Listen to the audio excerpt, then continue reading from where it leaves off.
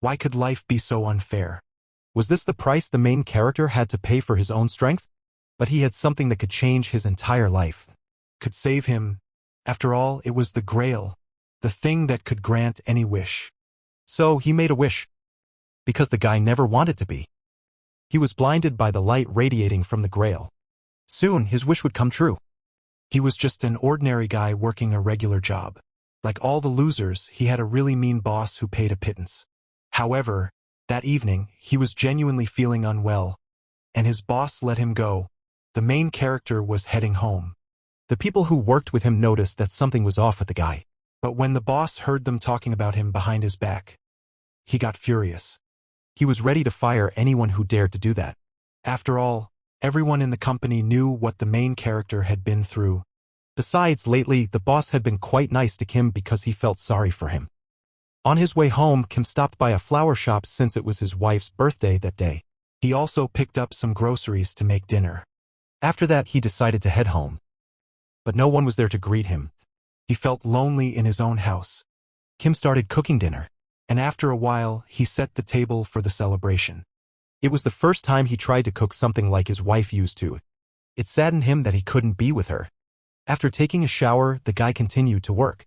Kim was tired after a long workday, but he couldn't fall asleep. Lately, he hadn't been able to sleep well at all, so he decided to do some work. His notebook was his diary, and it was the only place he could share his biggest secrets. Celebrating his wife's birthday together was their tradition. Every time, he would come home early and make her favorite vegetable soup. He really wanted to hear her voice again, but that was impossible. He could never cook like she did. And for his child, he bought a toy. His daughter wasn't there with him either. It was hard for him to write about it, but he tried to hold it together. Kim remembered all those happy moments they had spent together. The main character desperately wanted to see them, even if just for a few minutes. After all, everything had happened so suddenly. And he hadn't had time to do anything to try to save them. The guy missed them terribly. And because of that, he couldn't hold back and started to cry. His tears dripped onto the pages of his notebook. He felt really bad. He sat there until the early morning of the next day. The pages in the notebook were stained from his tears. Suddenly, something happened that he never expected to see. A bright light began to emanate from the notebook. It lit up the entire room in his face. What was that? Strange things started happening to him. All the entries in his diary had vanished. Before him lay an empty notebook, and in a panic, he tried to find something, anything. But it was all in vain. However, on one of the pages, he saw just one word. But how could it have appeared there? Was someone trying to send him a message? Again. He could meet them again. Kim had the chance to see his wife and daughter. The notebook told him so. The next day, he wanted to leave work early again. But the boss knew it was his wife's birthday the day before, so he let him go again. The man tried to cheer him up, understanding how hard it must be for him. That day, he canceled the meeting again because he really wanted to see the main character and waited until he felt better. When he got home, the man tried to figure out where his entries had gone. After all, he had been keeping a diary for over 6 months, and he was really sorry that everything had just disappeared. Moreover, starting from the first page, new notes began to fill it right before his eyes. And everything that had been written in his diary was coming to life. But the most important thing was that he could meet his loved ones again. And if this became true, he would have to venture into another world to make it happen. Because that's what was written in his diary. And it was supposed to happen that very evening at 10 o'clock. Kim began to panic. Realizing that time was running out, he literally had just a few minutes to prepare. And the less time he had, the more nervous he became. After all, what awaited him there, in the other world? Suddenly, the clock struck 10. Immediately, strange things began to happen to him. He started traveling through time and felt that he was about to enter a new world. And it happened. When he opened his eyes, he realized he was in an unfamiliar place. Moreover, he couldn't remember what had happened to him and tried to recall everything. He found himself in a forest, surrounded by many other people who had ended up there just like him. Kim understood that everything written in his diary was true. But this was just the first step into another world. Everything was just beginning. From that place, their training was supposed to start. But the guy already knew what would happen next and was ready for anything. To begin with, people had to envision the weapon they desired. Moreover, they were not allowed to use firearms. Those who thought of it were given bows and arrows. Meanwhile, the second part of the trial began as waves of zombies started attacking the people. No one could move when they saw those monsters in front of them. But the main character knew he had to fight. After all, he had nothing to lose. The world he lived in had been destroyed after the death of his loved ones. The battle began. Kim fought for the chance to be with his loved ones. To stop a zombie, you had to decapitate it. Moreover, for each kill, he earned experience points and achievements. He felt that with every new achievement, he was becoming stronger. So he started killing them with even more fury. His physical strength was also increasing. And he saw how other people were dying from zombies because they couldn't decapitate them with bows. However, he wasn't planning to help anyone, as he was only thinking about his own rank. He charged forward into a new wave of the undead heading his way. He had to become stronger. And when it was all over, he gained hundreds of experience points and many achievements. But he felt extremely exhausted. Additionally, information began to appear directly in his mind as his intellect level had also increased. The game was the foundation of that world, and immediately after the trial ended, a leaderboard appeared before the people. He saw that other people were also trying to fight to raise their ranks. From his diary, he knew that the most important thing was to level up magic, but at that moment he needed strength and agility. After the trial, only 198 people remained alive, but only the top 100 would move on. And all the others were simply doomed to die. At that moment, Kim realized that only he knew what would happen next, as he was the only one who had received the diary. There were two ways to earn skill points. The first was to kill monsters. The second option was to kill other people. For that, you could earn half of their points. At that moment, the second stage of training began. People started fighting among themselves. And the hero realized that it was possible not to kill monsters at all, as there was a chance to earn much more points. A real panic broke out among the people. No one wanted to die. But those who were weaker were doomed. And when people saw the main character and that he had the most strength and points, they were terrified for their lives, as none of them were a match for him. Kim tried to unite the people and wanted to stop the fighting among them. After all, they could join forces and continue killing monsters together. Moreover, he knew that they would need many more people going forward and they couldn't let everyone die now. But a new wave of zombies was approaching, and he went to keep fighting and survive in this brutal world. Suddenly, he heard a woman's voice. Turning around, he saw a woman he recognized. It was Jung Yu, and she wanted to go with him, as she couldn't defend herself alone. She also believed she could help him. But the hero refused.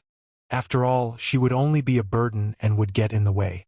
Besides, she couldn't defend herself at all, as she had never killed. She only hid and watched as others killed to survive. And he left, leaving her behind. The main character had wasted his time talking to her. From his diary, he knew that a cave was very close. The path through the cave led to the mountains and was so narrow that only one person could pass through at a time. After a while, Kim managed to find the entrance to the cave. He also knew that there were many monsters inside, so he prepared himself. Moreover, the monsters were strong, and it was very dangerous in there. But those who could survive in the cave would become stronger than anyone else, as it would bring them a lot of points and power. The cave was incredibly spacious. Suddenly, he heard a strange sound. He managed to defeat the monster attacking him and sliced it in half. Kim knew that this would attract even more creatures to him. So there was no time to relax. For killing the monster in the cave, he earned a whopping 10 points, while a zombie only gave 1. He also knew that at the end of the training, the rewards would correspond to the number of points earned and his level. Kim wanted to explore the entire cave and kill all the monsters inside. He was scared, but he wasn't about to stop. So he ventured into the dark, narrow passage filled with wicked and grotesque creatures. He constantly felt his body adapting to the fight, growing stronger. He also found some moss. And he knew that at this moment, giant ants were supposed to appear, and they were very strong. They were dangerous because they always traveled in groups. Suddenly, they appeared. There were a lot of them. And when they noticed the main character, they began to attack. They were drawn to the bread that Kim had. Realizing this, he threw it to the ants, which distracted some of them. He started killing the others that remained. For each ant he killed, he earned 8 points. But it was easy. They didn't resist and weren't as tough as the worms. They had no armor, so Kim could handle them with ease. After a while, there were very few ants left, as most of them were dead. And he kept fighting, not stopping. The last remaining ants were the strongest, and they were tough to deal with. But even that didn't help them escape. In the end, all the creatures were destroyed. When it was over, he received a huge number of achievements and an ant's skin. This was a special skill he could learn. He was overjoyed, knowing that gaining a skill during training was practically impossible.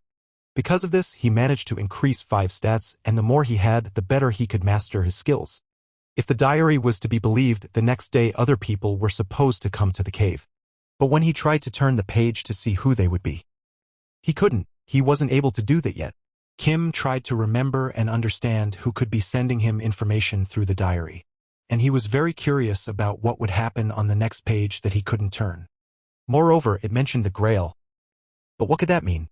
Meanwhile, the leaderboard updated and the main character was in first place. The man in second place was furious when he realized this. He had started killing everyone and was very strong, but even that didn't help him. Many people recognized the main character. They had seen that he was the one who had pushed ahead right from the start and separated from everyone else. The man understood who she was talking about, as he had seen with his own eyes how he had distanced himself from them. Meanwhile, Kim wasn't sitting still, he continued to kill monsters. Besides, the girl said she knew where he had gone. However, she didn't want to share that information so easily. In exchange for the information, Young Yu asked for the life of the poor boy. And then, the big guy agreed. But he also had certain conditions that she had to meet. She understood what he was hinting at. Suddenly, she grabbed a sword. She had been working towards this goal for a long time and wanted to seize the moment to kill him and take half of his points and power. Kim didn't stop. His level was so high that the ants were no longer a serious threat to him. After all, he had slaughtered hundreds of them. When the fight was over, he reviewed his list of achievements and points. His strength and endurance were at a very high level. It hadn't even been 2 days of trials and he had already managed to pull far ahead of everyone else. But his mana was low, and he wasn't planning to stop. He was trying to find a more serious opponent for himself. And he did find one, as after a while he managed to locate the Queen Ant, who was a true boss. But when he saw her, he realized he had made a huge mistake. She was gigantic, several times larger than the other ants. He tried to hide, knowing he wouldn't be able to win in an open fight. Moreover, there were many regular ants around her guarding her. He thought that by killing the ants, he could better prepare for the battle with her. However, he couldn't let her go and decided to try to defeat her the next day. He was starting to doubt. Suddenly, a leaderboard appeared before him. Because he was the leader, his strength and all stats increased and leveled up. His stats rose by 8 points. Also, he had plenty of bread for bait, so he decided to give it a shot. At first, he tried to distract the smaller ants from the queen and lured them with bread. And he began to kill them one by one. This allowed him to further boost his strength before the duel with the boss. However, there were so many ants, and he was exhausted from the continuous fights. Moreover, he realized he had angered the queen. But he noticed she wasn't attacking. Instead, a new wave of ants was approaching him, and with his last strength, he began to fend them off. Additionally, a new type of fly started attacking him, and they were very hard to fight. However, he was close and wasn't planning to retreat. He was confident that his strength was enough to take on hundreds of enemies. With each new kill, he gained experience points and grew stronger. But at the same time, he was getting very tired. Soon, his stats would grow and he would feel relief. But he couldn't stop because the enemies were closing in and had even started attacking him. He fought back. A bug bite was saved by the skill he had gained during the fight. He had to fight to earn a new D-class skill for defeating the Queen Ant. So he charged at her. This was supposed to be the decisive battle as he was confident he had enough strength. After taking down all the ants, he realized that he was left alone with her. And this moment was crucial for both of them. The queen prepared to attack.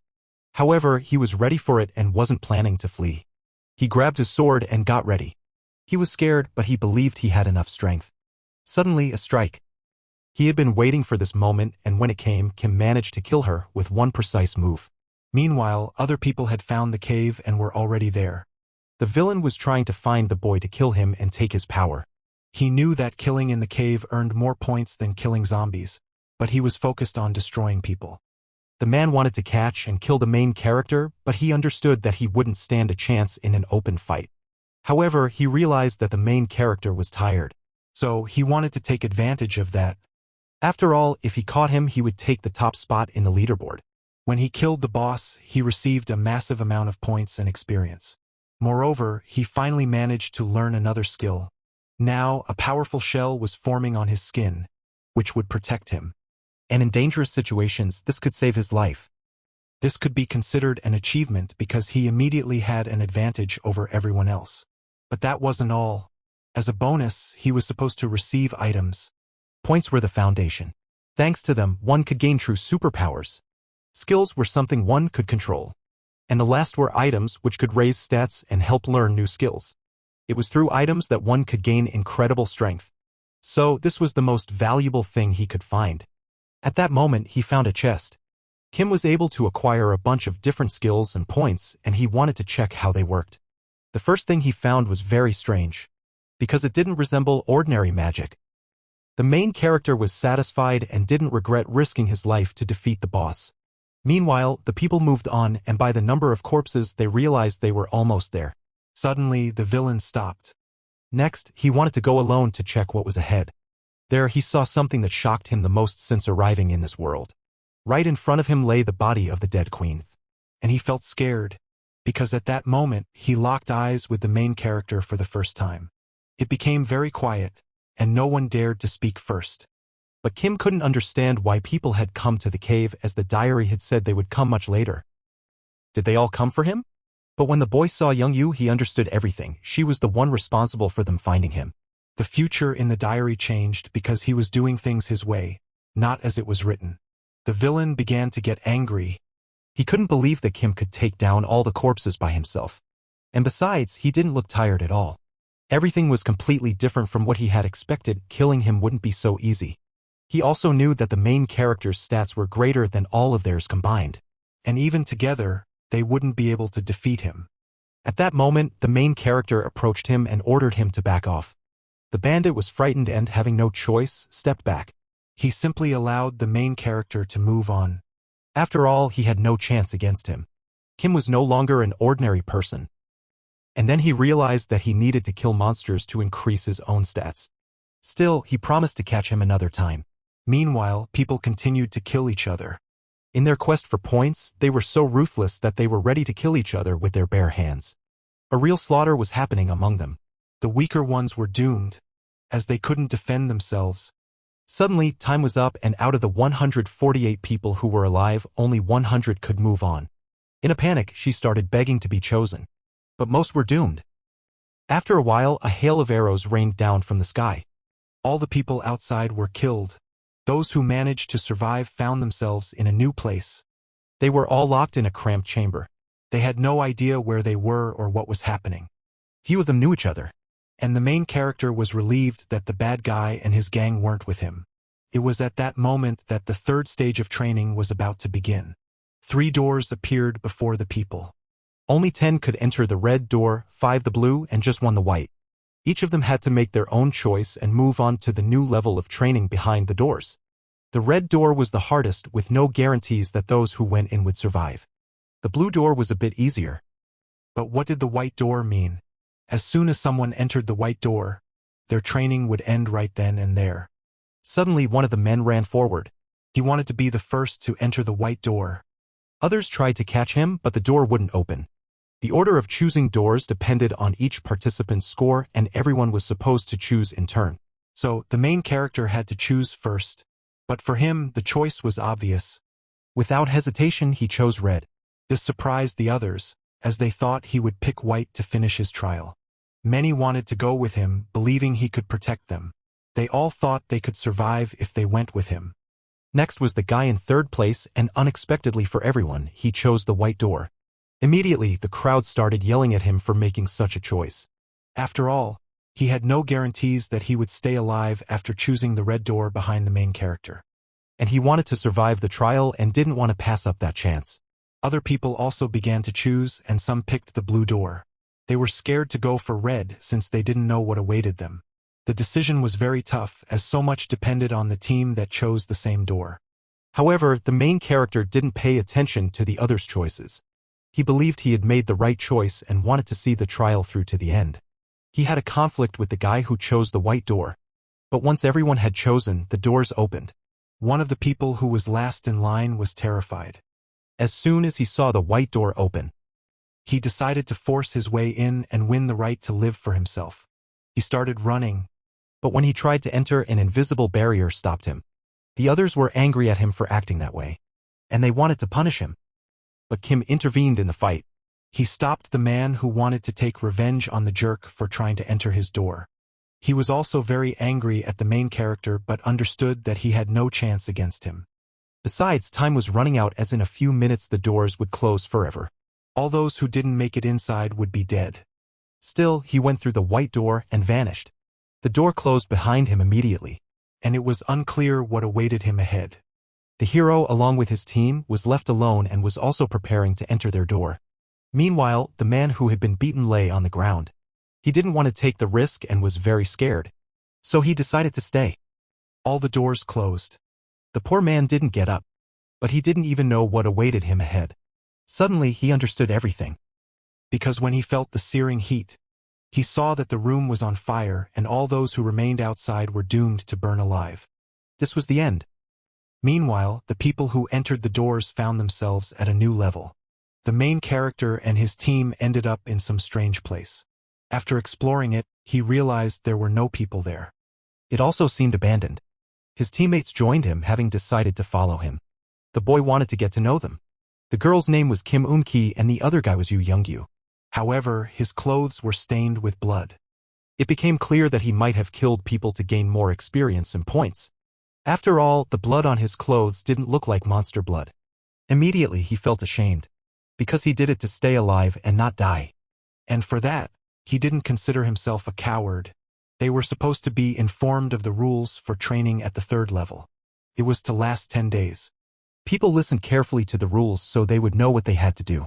Twice a day, monsters were supposed to come to the village, and they had to defend it from them. Also, inside the village was a stone that they had to protect at the cost of their own lives.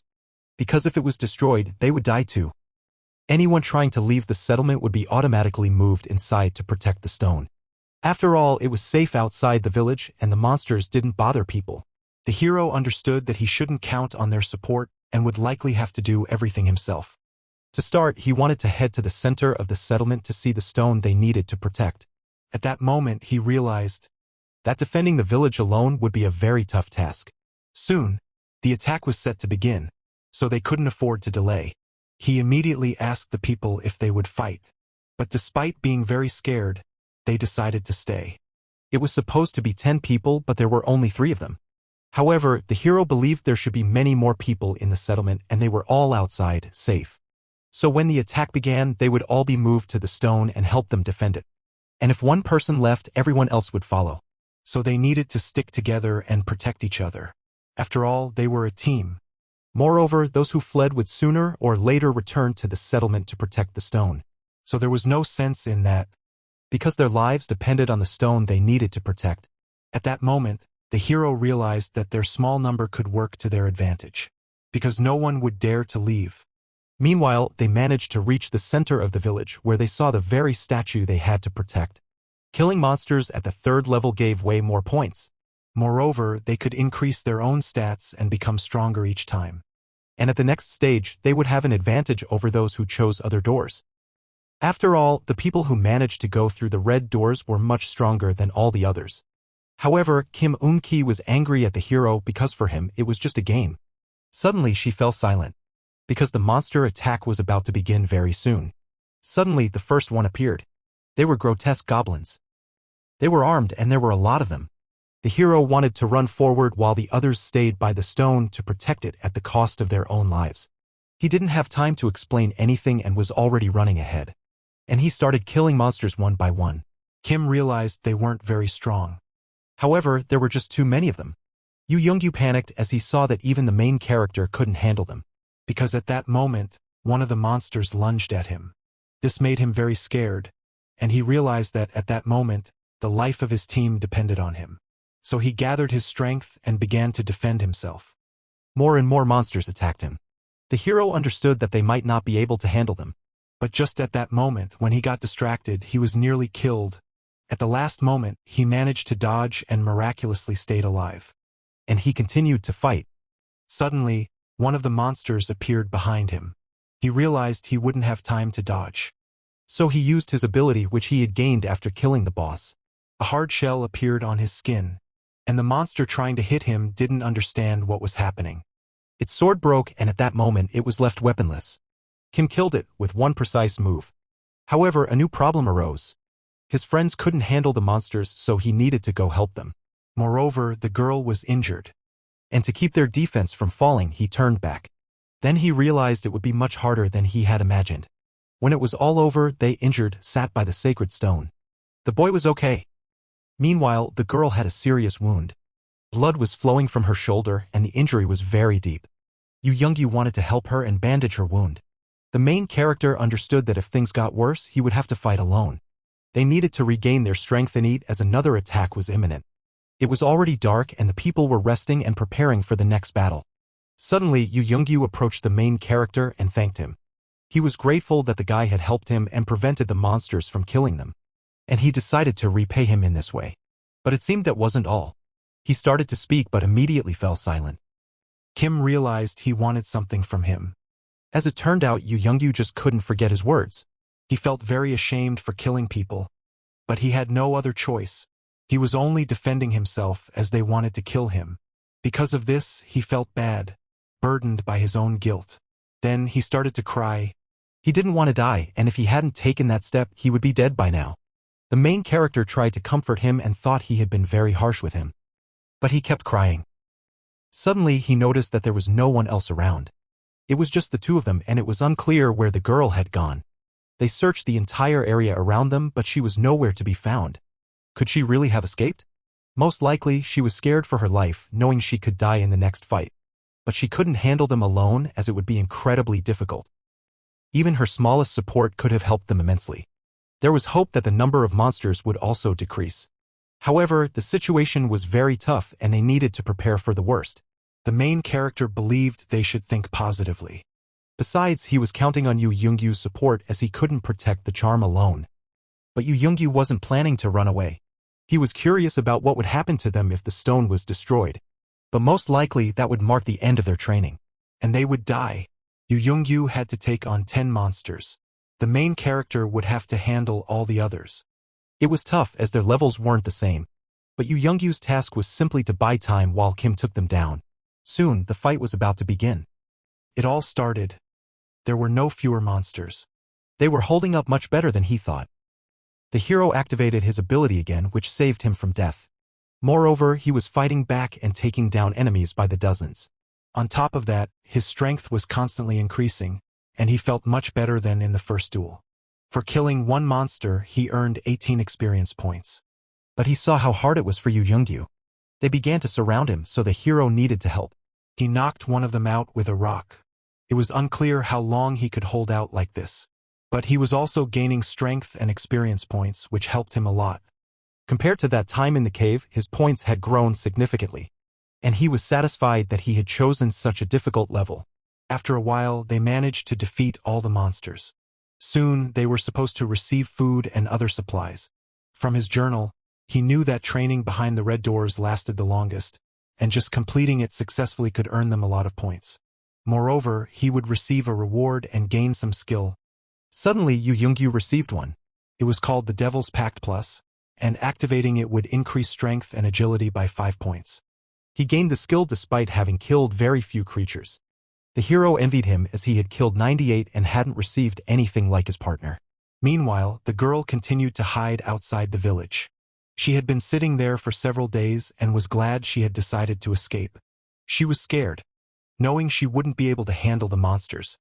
Moreover, she realized they were doing well if they could hold out for so long, and she didn't want them to be killed. After all, their lives depended on her own.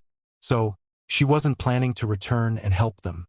Meanwhile, the 4th day of their struggle was underway. Each day was getting harder, and Yu Youngyu was very tired. They were already fighting living trees, orcs, and rats. What awaited them next? Besides, he had an injury. The main character wanted to help him. To stop the bleeding, he pressed on the wound. Then, he began to bandage it.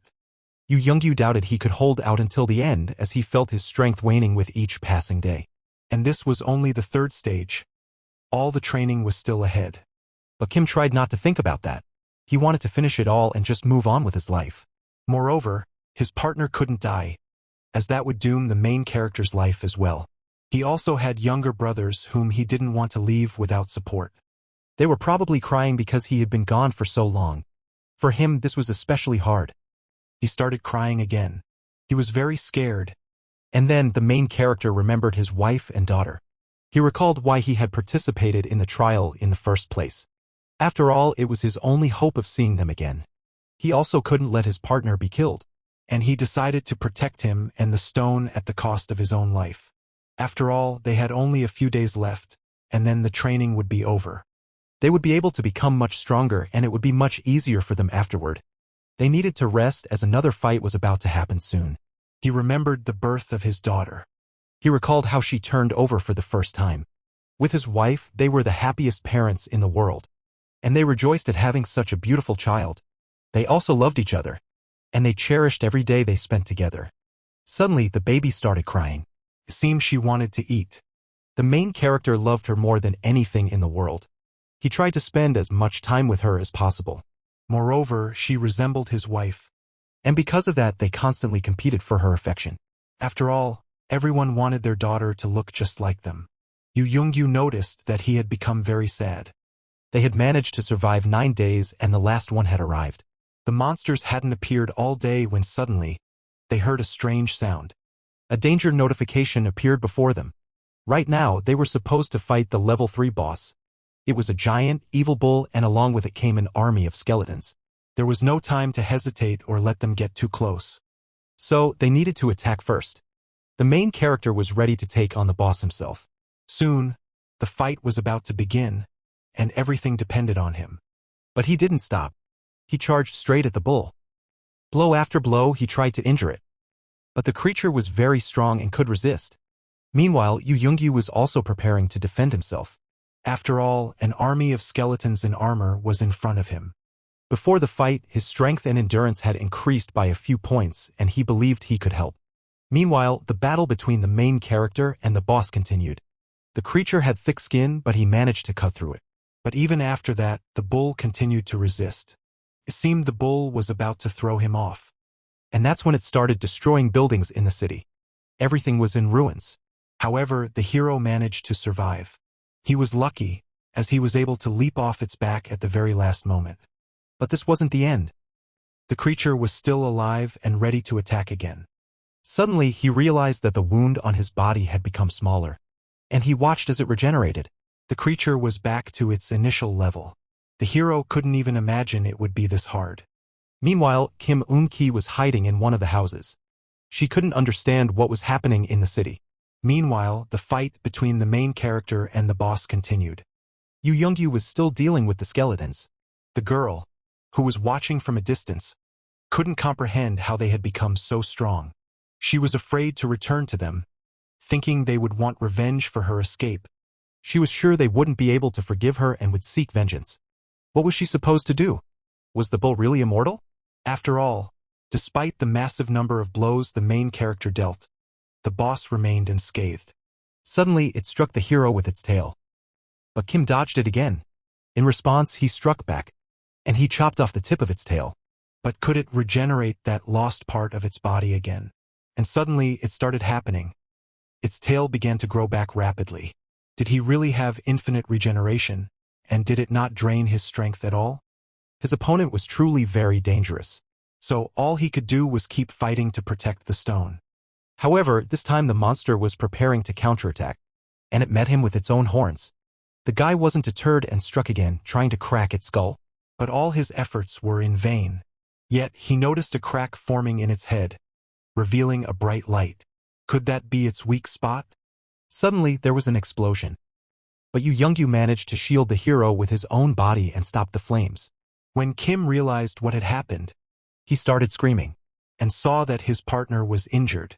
It turned out that among the army of skeletons, there were mages who began attacking them. Just as he was about to help Yu Yoongyu, he got hit by a tail. The blow was so strong that he flew several meters away. But this was not the end, because the bull kept chasing him. The only way to protect himself was to use his superpower, which the hero did. But even so, it was incredibly hard and painful for him. Using it drained a lot of points and mana. He found himself trapped, pinned down on both sides. The bull wouldn't let him go, and at this rate, the main character could just suffocate. He was lucky to have acquired the skill that could save his life. And at that moment, he used it. He managed to escape the deadly trap. Reaching the stone on its head, he struck, and it began to crack. When the crystal shattered, all the skeletons attacking them fell apart. Was this a victory?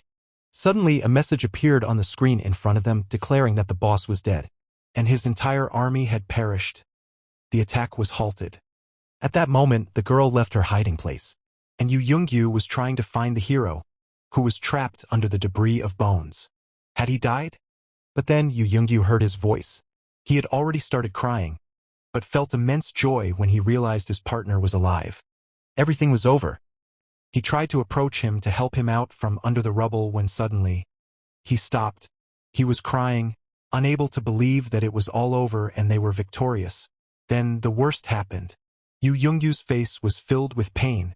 The main character realized what had happened, because right behind him was the girl who had fled the village after the first attack. She had returned. The girl stabbed him with his own sword. The wound was severe, as the sword had gone right through. Kim realized he was in big trouble. He had lost his friend and couldn't help him. But when Kim Eun-ki realized what she had done, she was terrified. Why did she do it? She was convinced they wanted to kill her and was trying to protect herself. Because she just wanted to survive. And she wasn't planning on dying in a place like this. After she killed the guy, she intended to do the same to the main character. After all, she could gain their experience points and become the strongest in the trial. And at that moment, she saw the guy stuck in the bones of the boss and unable to escape. So, she lunged at him to deliver a fatal blow. Suddenly, she realized she had made a mistake, because she felt excruciating pain and saw blood on her own face. The main character had managed to sever her arm. He wasn't dying and had plenty of strength left after the victory. He had gained a ton of experience points and was able to restore his strength and heal his wounds. The girl had made a terrible mistake and he had no choice left. So he was going to kill her. Everything was over. He was the only one who managed to survive the grueling trial and move on. But he wasn't going to leave his friend behind and approached him. He was still alive and the hero didn't want to let him die. So he had a special weapon. In the cave battles, he had obtained a potion that could heal wounds. And that's what he poured on his injuries. Immediately, his wounds began to heal. He felt a sense of relief. Because the low-level elixir could save a person once. In dangerous situations, he could have used it for himself, but he chose to give it to his friend to save his life. And he didn't regret it at all because during the trials, he had become his friend. But Yu Youngyu was burning up and didn't understand what was happening to him. After a while, his wound completely healed. And that saved his life. The main character felt bad about wasting the potion, as he wanted to keep it for himself. However, he remembered how terrified his friend had been, and the incredible efforts he had made to help him. He was even ready to give his life for him as he had shielded him in a tough situation. He fought for him and never ran away. So, he believed it was the right decision. Yu Youngyu started crying again and threw himself into the arms of his savior. This deeply touched him and the hero started crying too. He felt a very strange sensation, but Kim reassured him that it was just a passing emotion, as he was feeling unwell. He really did feel awful. His head was pounding, and he was extremely tired. But then a new notification appeared indicating that their training phase had ended. Soon they would advance to a new level and receive additional items and skills. They also had the chance to earn extra rewards. The main character gained a lot of experience points and leveled up. And because of that, he was able to become the strongest once again. He also received exclusive items. And strange armor appeared on his arms. He wanted to check how they worked and what their true purpose was. But he couldn't figure it out for a long time. They could also move to the next training location by passing through the doors that appeared before them. Now, this was definitely the end, and they had to move on. The men didn't want to delay, so they headed for the doors that had appeared before them. They found themselves in the same place where it all began. Also where other people were returning, including the same guy who had chosen the white doors. For him, time had stopped, and it felt like he hadn't even entered the doors. The thing was, the fourth stage began for everyone at the same time, regardless of which doors they chose. And while they fought for 10 days and grew stronger, for others that time had stopped. People who didn't choose a harder level and couldn't earn more experience points could only regret their choice. But not everyone managed to pass the trial. Many people died. Suddenly, he saw his evil enemy, the same guy who had tried to take his life at any cost. But had they really survived, just the two of them? Their clothes were stained with blood, and it seemed they had just been killing their comrades and stealing their experience. At that moment, when all the people were in one city, the rules of the fourth stage were about to be announced. From that moment on, all players had to form groups, and a confrontation between teams would begin. The camp that could kill more monsters would earn more team points, and the group that won would be able to move on. But for those who lost, there would be no next stage. Team points were awarded if they killed monsters behind the white doors. The black doors could provide individual points and personal stats. Additionally, every night at the same time, people had the opportunity to earn various items. And even if a team lost, the 10 players with the highest individual points could still move on. Most players saw no point in going through the white doors since they were already at the top of the rankings. Suddenly, everyone witnessed that the main character and Yu Youngyu were the first to enter the white doors. But why they made such a choice, no one could understand. After a while, they found themselves in a new place. Everything around them was covered in greenery and grass. The monsters there were very strong, and most players couldn't handle them. Moreover, there were too many of them, and they always moved in groups.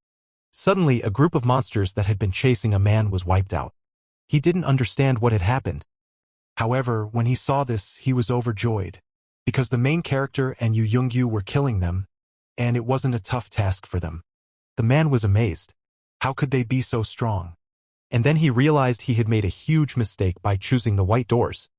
Because of that, he hadn't gained any experience and was now too weak to fight. And the guys were thrilled to see him in such a terrible state. Moreover, the bracelet he received as a gift was quite good and helped him a lot, because it was simply an incredible item.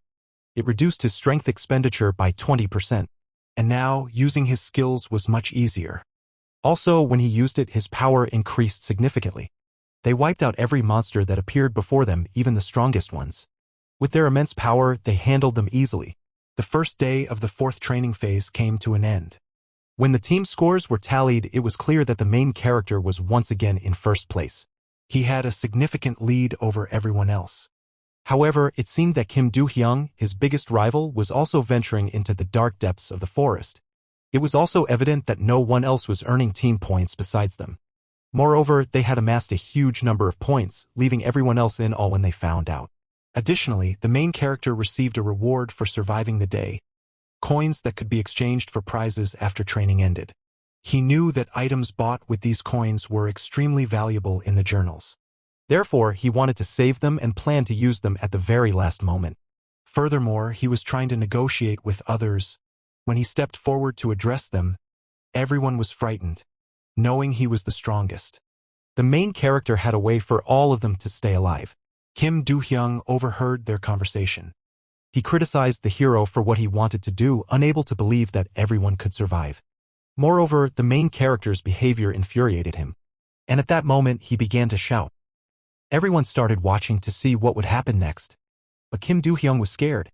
He realized he was weaker and didn't dare challenge him. Kim Do-hyung was against it and didn't want everyone to unite as a team and work together to survive. He believed he could survive by just collecting individual points.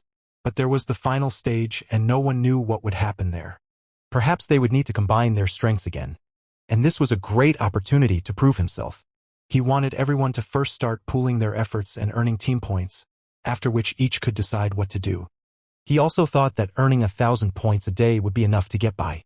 Personally, he planned to earn twice as many points since he was the initiator. It seemed everyone agreed to his terms. And Kim Do-hyung realized that everyone had sided with the main character. And because he had no support, he was extremely angry. Suddenly, he attacked the main character.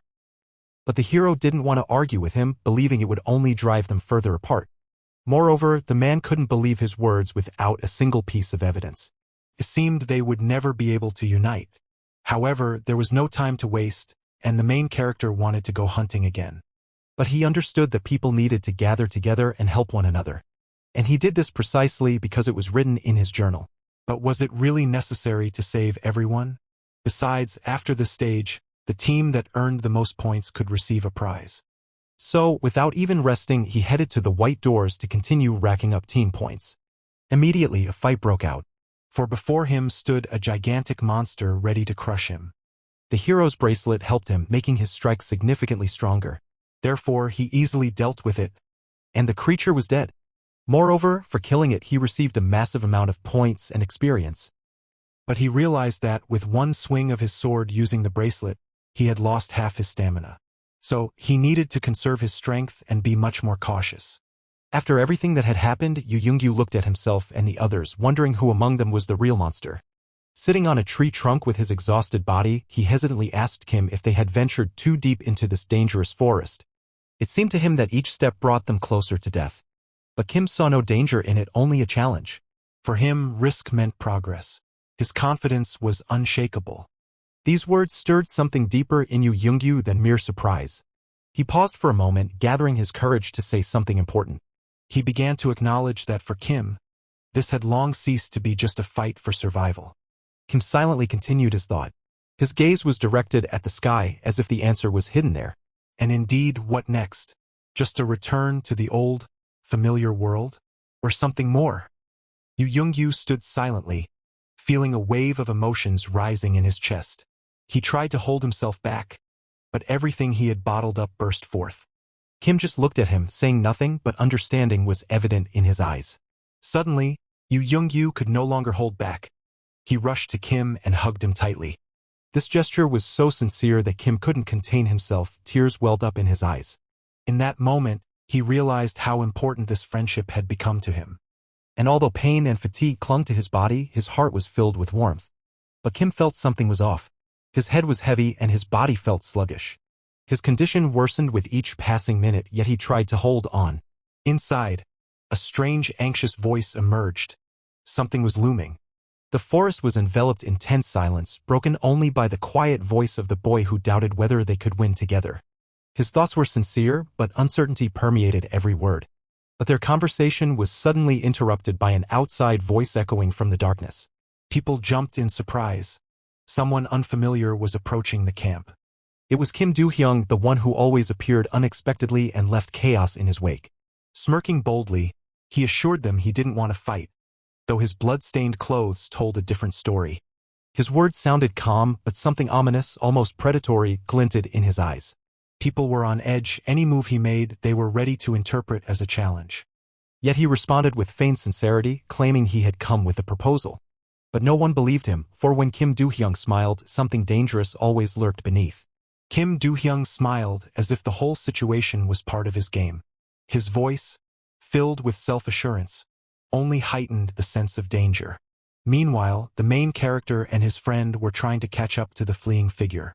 They raced through the underbrush, leaving a bloody trail from their wounds. Ahead, like a shadow, moved an unknown, fast, agile, and merciless monster. Its smile was twisted, as if it derived pleasure from this chase. But the pursuers were running out of strength, injuries, losses, fear, everything blended into one endless breath. Yu Yongyu stopped, breathing heavily, barely holding back his emotions. His fist clenched so tightly that his nails dug into his skin. Rage consumed him. He realized they were being deliberately led to monsters to be destroyed. And now he had only one goal, to catch this freak, even if it took an eternity. It was clear this could be a trap, so they couldn't afford to take risks. Therefore, they decided not to risk it and turned back. Just then, doors appeared before them, through which they could enter and return. But he couldn't just let the goblin go, as he had read about it in his journal, so he promised to catch it at any cost. They turned back, and the second day of the fourth phase came to an end. The tallying of results for each participant and team began. Suddenly, the hero noticed that 6 people were missing. And it was clear that his opponent Kim Do-hyung had already begun executing his plan, killing everyone weaker than him. Moreover, he had managed to secure the support of others he had intimidated. And he realized that the opposing team had scored far more points than he had. But what had really happened, and why did they act this way? After all, they had agreed to earn 1,000 points each day. Yet Kim Do-hyung denied any wrongdoing. He, along with the others, didn't want to listen to him, believing that team points weren't that important. And then he accused the boy of not wanting to agree with him. It angered him that Kim Do-hyung could easily leave others to die. And then he began to approach him. The atmosphere grew tense as it seemed a fight was inevitable. Kim Do-hyung was furious with him, struggling to keep himself in check. Despite this, Kim remained calm. And then he challenged him. His friends stepped closer to him. Yoo Young-gyu tried to calm him down, knowing they couldn't fight against 10. Moreover, they couldn't force them to listen. At the same time, Yoo Young-gyu drew his sword and wanted to try to kill the main character. However, his partner stopped him. After all, they had indeed broken their promise and he shouldn't start a massacre. He explained that they wanted to earn team points on the last day, as individual points were far more important to them. However, Kim didn't believe a word he said. He had no choice, so he simply walked away. And his friend ran along with him. Yoo Young-gyu only allied with people to get rid of the main character and kill him. After all, he could never overcome him on his own. And everyone understood this. Moreover, his partner believed that without his death, they wouldn't gain any benefit. After all, they promised to save everyone and wanted to wage a real war. Because the main character knew how to sway people to his side. This could mean that the hero was deliberately avoiding conflict with them. And he was much smarter than they initially thought. All they could do was gradually move up and continue gaining experience and points.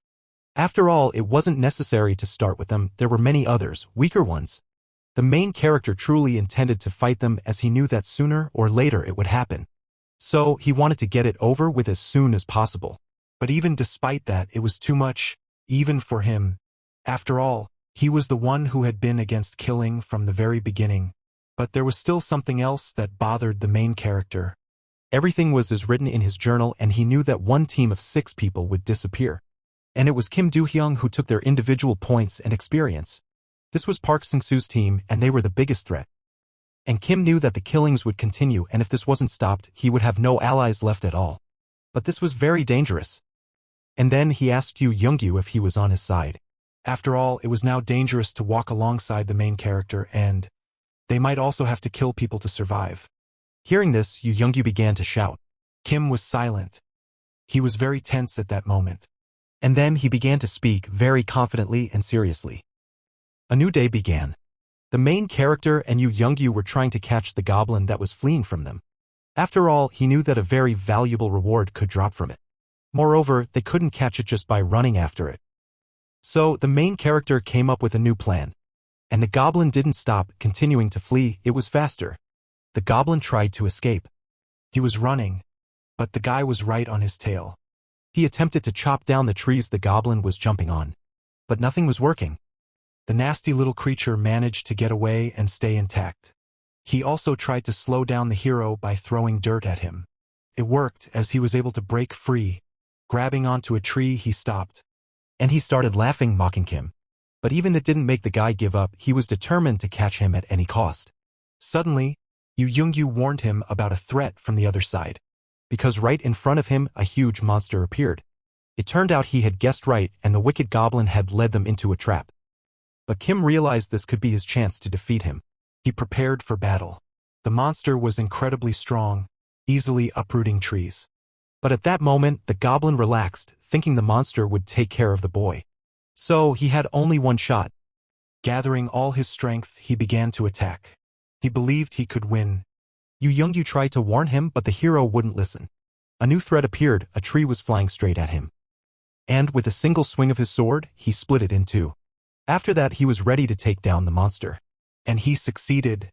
The path to the goblin was clear, and he managed to wound him with his own sword. It seemed like it was all over and his plan had worked. He caught him at the moment he least expected it.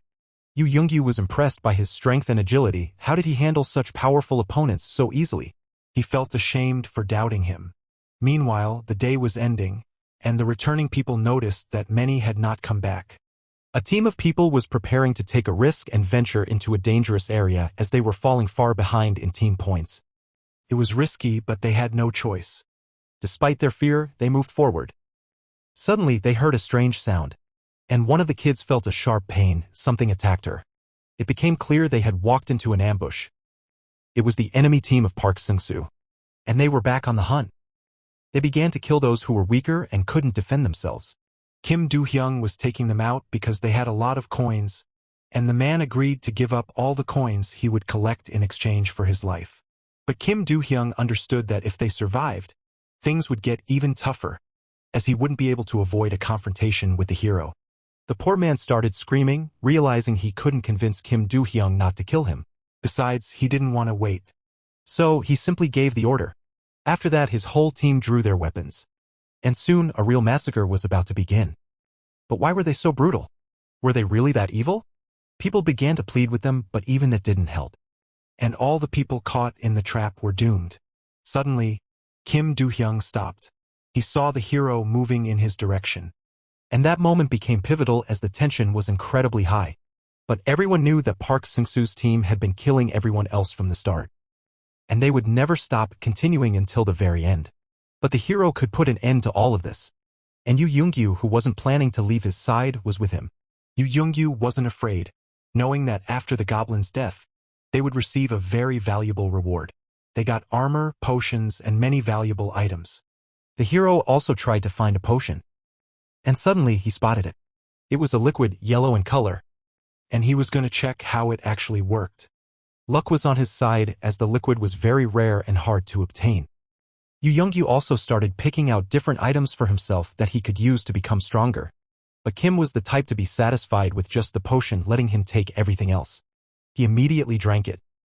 After a while, all his strength was restored and his mana increased by 20%. He could also recover faster. He felt a pleasant warmth throughout his body, his wounds healed. There were also many other items. The things were truly valuable and they were lucky. Yoo Young-gyu wanted to try out the new weapon. He swung it and easily sliced a tree in half. He didn't expect to become so strong. After all, the skill he had gained was very rare and powerful. He couldn't believe that now they could be among the strongest participants in the trial. Moreover, they had rare weapons and armor. The hero also managed to gain additional power for his own sword. Yoo Young-gyu realized that his friend knew a lot about the world and all the monsters. After all, he never made mistakes and always made the right choices. It seemed to him that Kim could see the future. He didn't even understand how his words affected the hero. But they had one unfinished business. And at that moment, they were supposed to go hunting. But this wasn't an ordinary hunt, and Yoo Young-gyu understood this very quickly. They couldn't escape and had to fight against a larger number of enemies. Park Seung-soo's team tried to justify themselves, thinking that only by killing could they survive in a brutal world. The boy had never been this cruel in his life. And at that moment, he was ready to kill him. The poor people began to flee. But Kim Do-hyung couldn't allow that and started chasing them. But the hero blocked his path. This was the moment when the fight was supposed to happen. But Kim Do-hyung mocked him. He didn't think he could harm him because he had more people. However, Kim wasn't scared at all. On the contrary, he was ready to take the risk. He wanted to do it for the sake of the others who would take his example. And then, he confessed that he had special abilities. His words made Kim Do-hyung nervous, as he couldn't even imagine that the hero could be that strong. And then, he ordered his team to attack. But the people were scared. None of them dared to go first. And after a while, some of them simply fled. Kim Do-hyung charged in and tried to injure the boy. He was very nervous and tried to give it his all. Kim saw this and remained calm as the man was no match for him. At that moment, he was ready to use all his abilities to win.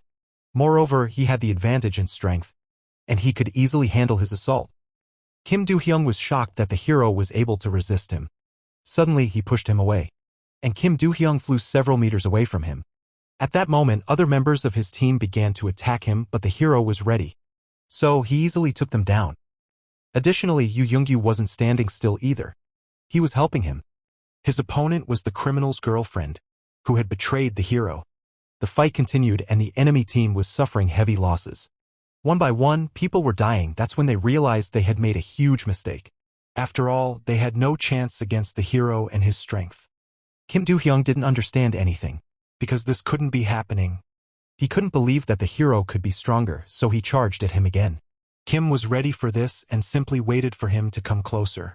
And then he met him with a brutal punch to the stomach. Kim Do-hyung found himself on the ground. And the hero struck. He didn't want to kill him right away, so he first chopped off the man's arm. It hurt and he realized he had chosen the wrong path. Kim just stood there, watching his enemy bleed out. It seemed he was waiting for Kim Do-hyung to say something. And he began to plead for mercy.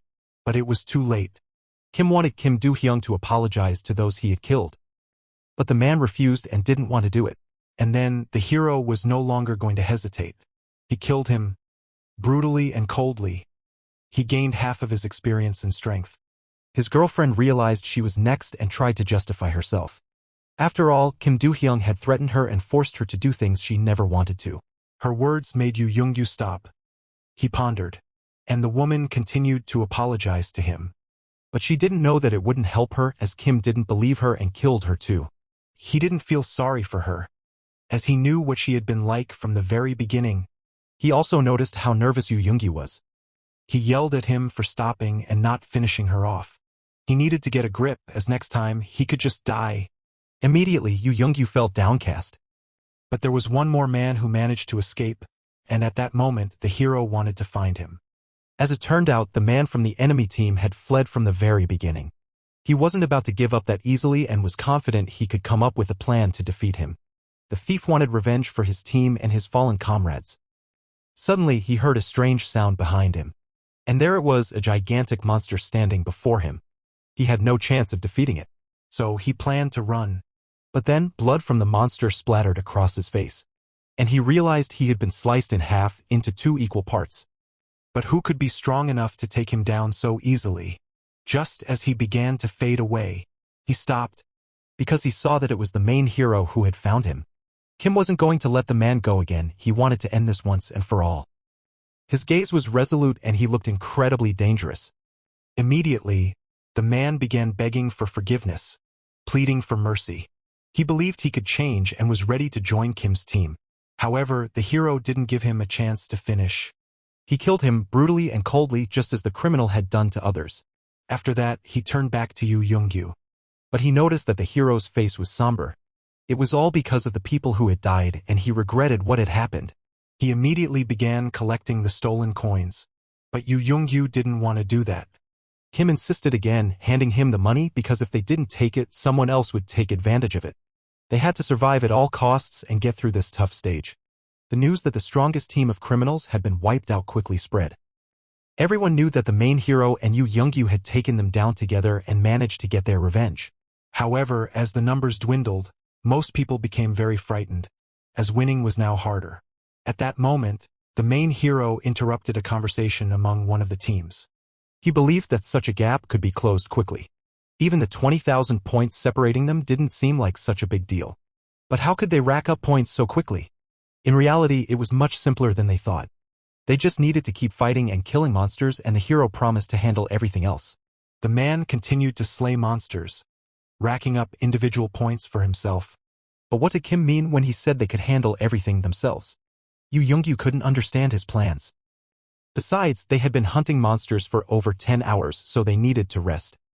They were trying to catch up to their competitors and win, even by a small margin. So they left the room and were heading back to the hall with the others. Meanwhile, the 4th stage had come to an end and it was the last day of the stage. Soon, the results were to be revealed. Everyone was eagerly waiting for them, and they hoped their team would win and make it to the top. It became clear that only 10 would survive. So, most of those who participated in the training would perish. Kim had done everything he could, so he tried to stay calm. After all, he had killed the Golden Goblin and taken out the enemy team. Now, all that was left was to win the team competition and secure a prize spot based on points. Suddenly, a message appeared announcing that the points for each team were being tallied at that very moment. The main hero took first place in individual points. Yoo Young-yu was in second place right behind him. But the team points for all the opponents were equal. And everything happened just as Kim had wanted. Because no one had died and everyone received notifications that they had advanced to the next stage. People began to rejoice as it seemed his plan had worked. Because there were no losers, everyone had won. Immediately, the crowd started celebrating. They had all managed to survive and escape. And they did it. Suddenly, strange things began happening to the people and many of them started to simply vanish. The same was happening to them. Yoo Young-yu panicked. But the main hero promised they would meet again soon. And then he disappeared. The 4th stage of training had come to an end. Moreover, Kim's team had scored the best in team points. For that, he received a reward. He also found himself in an unknown place and couldn't understand what was happening to him. All his stats increased by 4 points. He hadn't worked so hard for nothing. Additionally, he received a lot of coins, and from that moment on, he could spend them on things for himself. He had a total of 162 gold coins. Immediately, a terminal appeared before him. It was a device through which he could spend money and buy various items for himself. However, there was nothing valuable there, just items he already had. But his attention was drawn to skills that could also be purchased. One of them was particularly interesting and caught his eye. And this skill seemed to be related to his bracelet, because they had the same name and seemed to complement each other. So, the hero didn't hesitate and chose it. Moreover, the skill was really good and could be leveled up. He bought the skill and then moved on to study it. Immediately, strange things began happening to his body and he felt a warm sensation. Furthermore, another bracelet appeared on his left arm. He examined it and realized it was just like his old one. From that moment, his 5th stage of training was about to begin. The reward for the next stage would also be determined after its completion. He also knew that the next level would be very tough even for him. Suddenly, large doors appeared before him. They were meant to take him to the next level. Without hesitation, he walked through. It was hard to imagine what awaited him ahead. He was breathing heavily. There was no turning back, so he had to keep fighting. He didn't care what monsters lay ahead. He was ready to do anything to see his family even just once. After a while, he found himself in a new place. Other people approached him, surprised by his sudden appearance. The boy had ended up in the middle of a medieval castle. At that moment, a battle was underway and many soldiers were trying to defend the castle from enemies. They also asked him for help, as they couldn't handle the enemy army on their own. And then the hero remembered that this was exactly what was written in his journal. Before him stood a massive army of the undead, relentless and unyielding. They wanted to break through and kill everyone inside the castle. This was what the main hero was meant to do. It was his mission. The people were trying to hold the gates to prevent the undead from breaking in. But there were so many of them that the defenders simply ran out of strength. Moreover, the dead felt no fatigue or pain, they had no fear. Suddenly, a sword flew into the head of a skeleton that was almost squeezing through a gap. It was the main hero ready to take on the fight. At that moment, he charged toward the undead, preparing to battle an entire army by himself.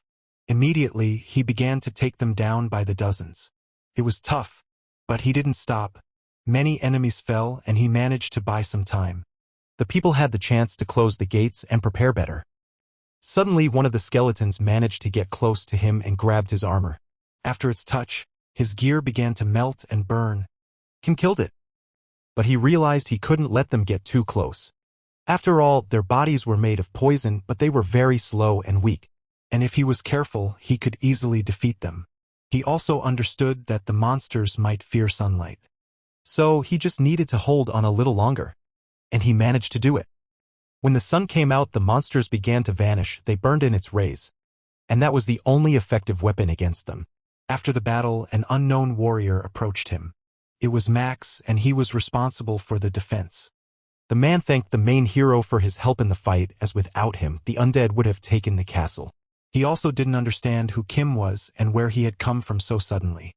But the hero didn't want to talk about it and promised not to interfere with the people in the castle. Max agreed and allowed him to stay, as he needed skilled warriors like Kim. He also had a request for the main hero. He explained that the castle had been under attack by the undead for over 10 days and they could constantly resurrect and appear in even greater numbers. The people only knew that they disappeared at dawn and were very afraid of the light. But where they came from and why they were trying to take their castle was unknown to anyone. However, they needed to hold out for just 10 days as reinforcements were supposed to arrive then. But the hero understood that holding out for 10 days against an army was far too simple. He knew this was not the end.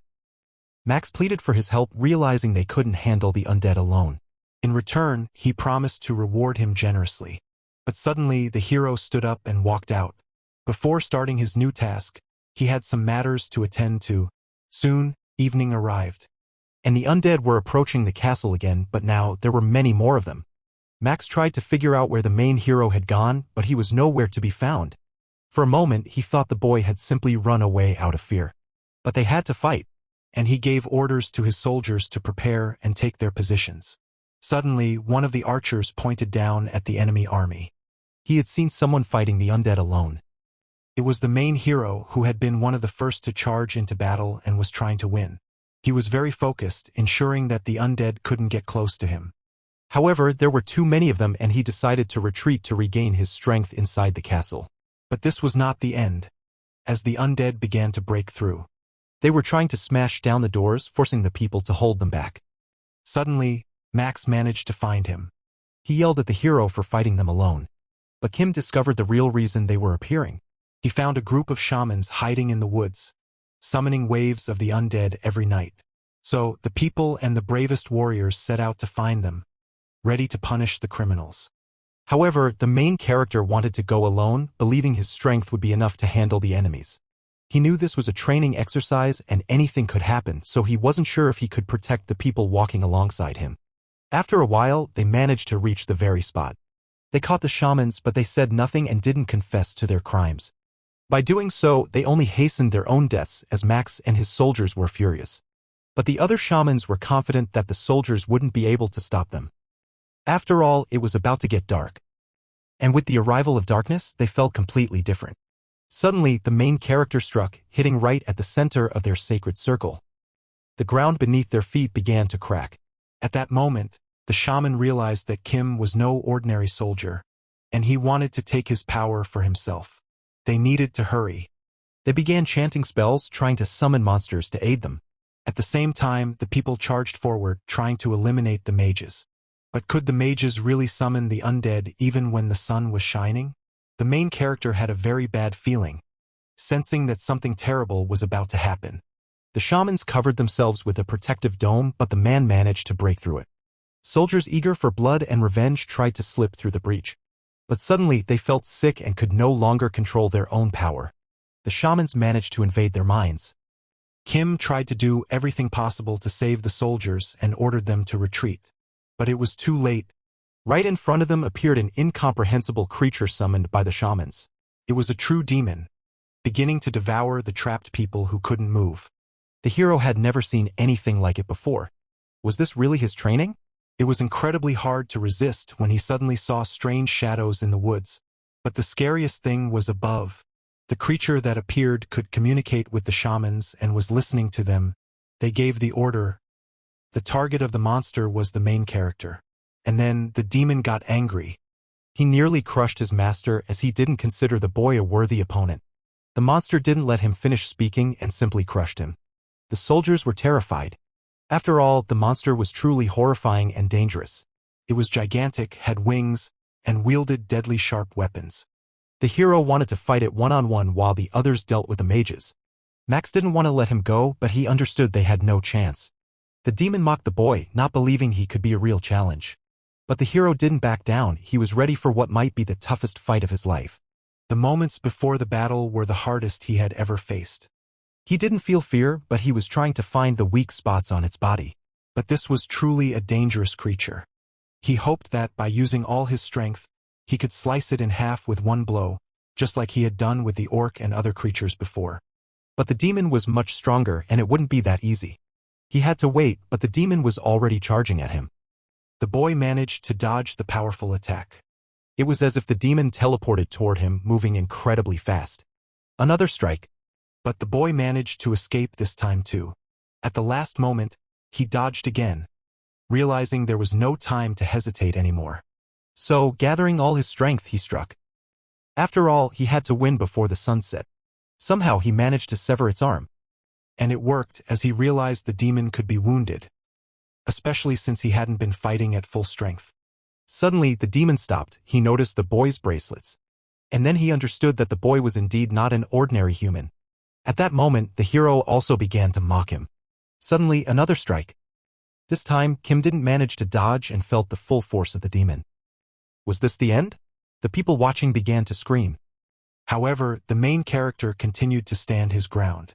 His hands trembled as he exerted tremendous effort to resist. The demon couldn't understand why he was so strong, and he tried to crush him with all the strength he had. Suddenly, the boy's sword began to lift him up. It had developed many cracks. Still, he couldn't hold on and let go. But at the last moment, he jumped back. This time, he was incredibly lucky. Again. However, his weapon was broken, and he was left nearly defenseless. Kim was prepared and always carried another sword with him, which he intended to use. Suddenly, the demon was already behind him. He was indeed very fast despite his size. The hero didn't expect this at all and managed to shield himself at the last moment. However, the blow was strong, and he was sent flying several meters away. When the boy stopped, he tried to continue the fight, but he was exhausted, and his body ached. But the demon, despite its injury, remained very strong and was ready to tear him apart. It seemed the demon had exhausted all its strength and could no longer use its power or teleport as quickly. This was what the boy had been waiting for, and he immediately charged at it. The decisive moment of the battle had arrived. The demon tried to stop him, but it didn't succeed. Once again, the hero managed to dodge. Putting all his strength into it, he severed another limb. However, he wasn't planning to stop there. He wanted to keep fighting, taking advantage of the moment while the demon was weakened. But this time he aimed carefully. The strike had to be precise and powerful, right at the throat. And when he waited for that moment, he wanted to put all the strength he had left into it. The demon tried to resist. It wanted to throw the boy off of itself. But the hero waited. He continued to look for the right moment to attack. And he waited for the demon to expose its neck. Suddenly it happened. He was ready, and he struck. The blow was incredibly strong. With one sweep of his sword, Kim severed the monster's head. It was all over, and he rejoiced that he managed to handle it before night fell. The boy had won again, but it seemed the demon continued to breathe. Even without a head, it could still move. But this quickly passed, and its body fell to the ground. The boy exhaled in relief, realizing he had been a step away from death this time. Immediately, his new friends rushed to him, having watched the battle from a safe distance. The soldiers wouldn't have won without him, so they were grateful. However, the hero understood that he had just been lucky. As if it had been night, none of them would have survived. Suddenly, the severed head of the demon began to speak. It mocked the boy and the soldiers but acknowledged its own defeat. Kim wanted to put an end to this. So, he simply finished it off by stabbing his sword into its eye. At that moment, he received a notification that his training was complete. The hero gained a massive amount of experience and power. Max explained that the demon he had defeated was the god of death and could command an army of the undead. Then the boy realized that after completing his training, he would have to fight it again, but then the demon would be much stronger than now. Max didn't want to hold the hero back and intended to repay him for helping them win the war. But the boy refused. He simply thanked him and walked away. At this point, he was about to enter the very doors that had appeared before him, and move on to a new, much tougher stage of his training. He hoped that behind the doors, his beloved and daughter would be waiting for him. More than anything in life, he wanted to see them again.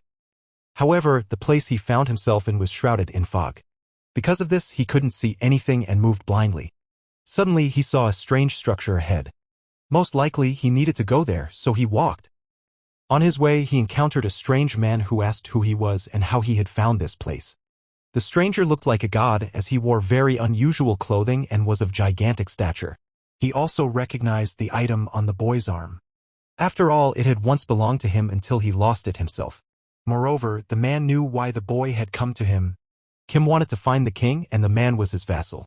The boy explained that he had wandered in the thick fog until he saw the temple and decided to enter. Furthermore, the man didn't think he could lie to him, so he believed him. But he pondered. His eyes became fearful. He looked up at the sky. It seemed he heard someone. He began to speak with his king. The king liked the main character. Kim could gain great power from him, but it would be very difficult to handle. It could become a curse rather than a gift. Moreover, a person with such power bore immense responsibility. The boy thought deeply, but at the same time he immediately agreed. He didn't understand how powerful the force could be, but he knew he needed it. And it was only for one reason. So he could meet the people he loved dearly, for whom he was willing to do anything. It seemed the man understood him. But suddenly, he touched him, unwilling to let go and relinquish that powerful force so easily. He had to understand the price that came with wielding it. Only those who could endure it would be able to claim it and become invincible. Suddenly, the boy felt unbearable pain and couldn't keep himself on his feet. The pain felt lethal, and this was just the beginning. He needed to do everything possible to endure it and survive. And he tried. Tears streamed from his eyes, but he persevered. The boy attempted to rise, but he couldn't manage it. Overwhelmed by pain, he lost consciousness and couldn't get back up. The man began to doubt whether he could withstand it when suddenly the boy came to and tried to stand again. The man silently watched, not intervening. The boy crawled. He continued to fight against the pain, but it wouldn't relent. Blood flowed from his mouth. He was bleeding heavily. He was incredibly stubborn and ready to do anything to gain this power. He wasn't going to give up, as this was his only chance to reunite with his family. However, he realized he could no longer endure and wished for someone to just end it, as it was unbearable. Just then, he heard a voice. The voice was very familiar. The spirit reminded him why he had to keep fighting and survive. But he wasn't listening. His eyes began to close. It seemed he was dying. Suddenly, he saw his wife and daughter before him. He didn't want to leave them and tried to reach out, but they were drifting away. Kim understood he couldn't just give up, as he had promised to meet them again. Instantly, he managed to calm himself. The pain faded and he felt much better. Moreover, he hadn't died and couldn't understand how he managed to see his wife, as it was because of her that he was still alive. His body housed the heart of a king, despite being just an ordinary boy who accidentally stumbled into their world. The heart of the king was a reward for his training, but the protagonist felt that it wasn't that simple. Who was that king, really? He had so many questions. The man was about to answer him if he could. The boy asked who that king was, the one he had heard about. But the man couldn't provide an answer. And when Kim asked again, he stopped him. Because time had passed and the boy had to leave his world, taking with him the gifts the king had left him. After a while, he simply vanished. The man understood that the king believed in the boy's potential. Because he wasn't like the others. There was something special about him. The boy gained a wealth of experience and new skills and suddenly found himself in a new, unfamiliar place. Among the people, there were many foreigners, and he couldn't understand what they were talking about. Suddenly, he heard a familiar voice. It was Yu Yungyu, who was overjoyed to see him and rushed to hug him. Suddenly, armored figures approached them, looking like soldiers. But why had everyone been gathered in one place, unable to escape, surrounded by walls? Just then, the guard's voice made them quiet and everyone stopped talking. The man began to introduce himself to the newcomers. He was one of the training participants who had been trapped in this world for over 7 years. His name was Walker Alvin. Kim realized that among them were not just people who had come with him to participate in the trials. But why could mysterious individuals have entered this place much earlier and remained here? There were so many of them. They were also trying to escape the dome that surrounded them all. And they thought Walker Alvin might be responsible for trapping everyone. They wanted revenge on him once they managed to break free. The man couldn't stand their bickering and chatter, so he yelled at them to shut up. It seemed people were very afraid of him, so they didn't want to anger him. They had no idea what he had done for them, so the furious man was ready to take them all down. He drew his sword but quickly managed to calm down. He tried to explain that the wall was created for their protection, as this place was so dangerous that any step could be their last. And the newcomers, who lacked sufficient strength, could easily perish. So he promised to let them out, but for now they had to stay inside the dome. Besides, he wasn't afraid for his own life, as he was strong enough to handle all of them even if they banded together against him. The place they were supposed to go was the Village of Beginnings, and soon they would have to deal with the troubles and dangerous monsters that infested the area. For that, they needed to bypass the mountain range a few miles away. Beyond it lived real monsters who were incredibly strong. For there was an angel and a demon, and they were the most terrifying foes of humanity. They far outmatched all other monsters and would be very powerful. So, he warned the people to be more cautious and to stay away from the demon and the angel. However, the protagonist understood who they were talking about, as he had previously faced a demon and managed to defeat it. After a while, they reached the settlement where they were to live. The people were astonished when they saw the magnificent city and were impressed by its scale. From this place, the city was to become their home and everything was free for them. But only for 10 days. After that, they would have to find food for themselves and take care of their own safety. Moreover, they needed to remember that their safety depended on a very strong clan. After some time, the people settled into their own homes. They were all placed in very small and uncomfortable rooms that didn't resemble the other buildings in the city at all. But they had no other choice, as the dome surrounding them prevented them from going anywhere and forced them to stay with the others. So, Kim had no idea what to do. And in those 10 days something needed to be done, as it was unclear how they were going to survive moving forward. Besides, he understood he needed to stay alive, knowing that this level was one of the toughest. And he remembered his most important mission and that he wanted to reunite with his family. Meanwhile, Yu Yungyu decided to take a shower. Taking advantage of his absence, the protagonist pulled out his diary. and he began to hope that the information in it had been updated. After all, he managed to find what he wanted to see the most. On one of the pages, it was written that they would soon be able to meet. Moreover, he noticed that pages that hadn't been accessible before were now opening, and he could read their contents. That's exactly what he began to do. But he didn't rush and carefully read every detail. The information was very important to him, and he tried not to miss anything. He had to read the pages several times as there were moments he didn't understand at all. Additionally, he did this very cautiously as he didn't want anyone to see him. However, after reading, he had many questions. Could it be that his greatest enemy was also in this place? Just then, his friend entered the room. The boy quickly closed his diary in front of him. But at night, he continued to read. Now, he finally understood how to survive in the new city, but there was no information about the demon and the angel and how to defeat them. Even in his diary, there was a lot of unknown information, and he realized he didn't have enough strength to fight them. Suddenly, a suspicious voice was heard outside the door. It became clear that people were looking for the protagonist. The boy stood up and was about to open the door, but he didn't know what would happen next, as nothing in the diary mentioned it. The voice outside asked him to open up, as she wanted to tell him something. It was Yu Yungyu who had woken up. He thought it was the owner of the house they were living in. However, the person began knocking on the door again, asking him to open it immediately. This all felt very suspicious, and Kim got scared. He grabbed his sword, ready to use it if danger arose. He froze and asked what the unknown person wanted from him. As it turned out, it was Dean from the clan in the city, and he had come to recruit the protagonist. The man assured him that he didn't need to worry so much and that he was under the protection of a powerful clan in the city. He also warned him that he was safe, as conflicts among the settlement's residents were forbidden, and he couldn't harm him in any way. The boy believed him and decided to let him into his room. Before him stood a polite and smiling guy who was happy to meet him. And when he saw that Yu Yungyu was in the room, he asked to be alone with the hero. He introduced himself again, stating his name and who he was. The protagonist also introduced himself and introduced his friend. He tried to find out how Dean had heard about him and why he had chosen him. In fact, everyone knew that the protagonist was very strong and had performed well in training. The clan needed people like him, and they were offering him to join them. Moreover, the clan leader wanted to meet him personally and discuss all the details. He also apologized for coming to him so late, as it was an urgent matter. But why was everything happening at night? Why couldn't it be done during the day?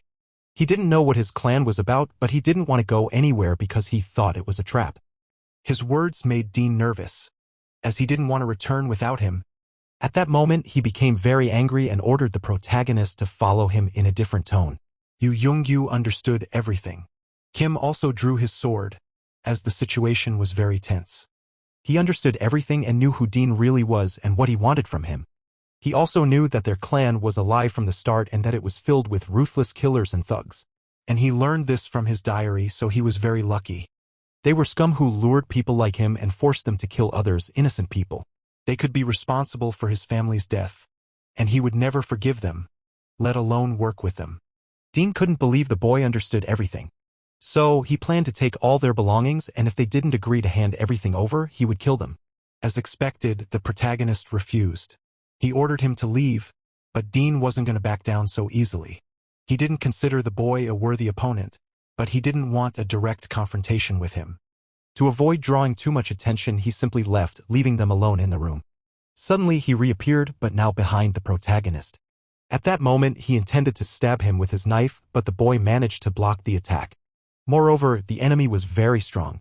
After that, he vanished again as if he had teleported. Now, he was trying to attack Yu Yungyu. And at that moment, Kim noticed him and was ready to deliver a strong and precise blow.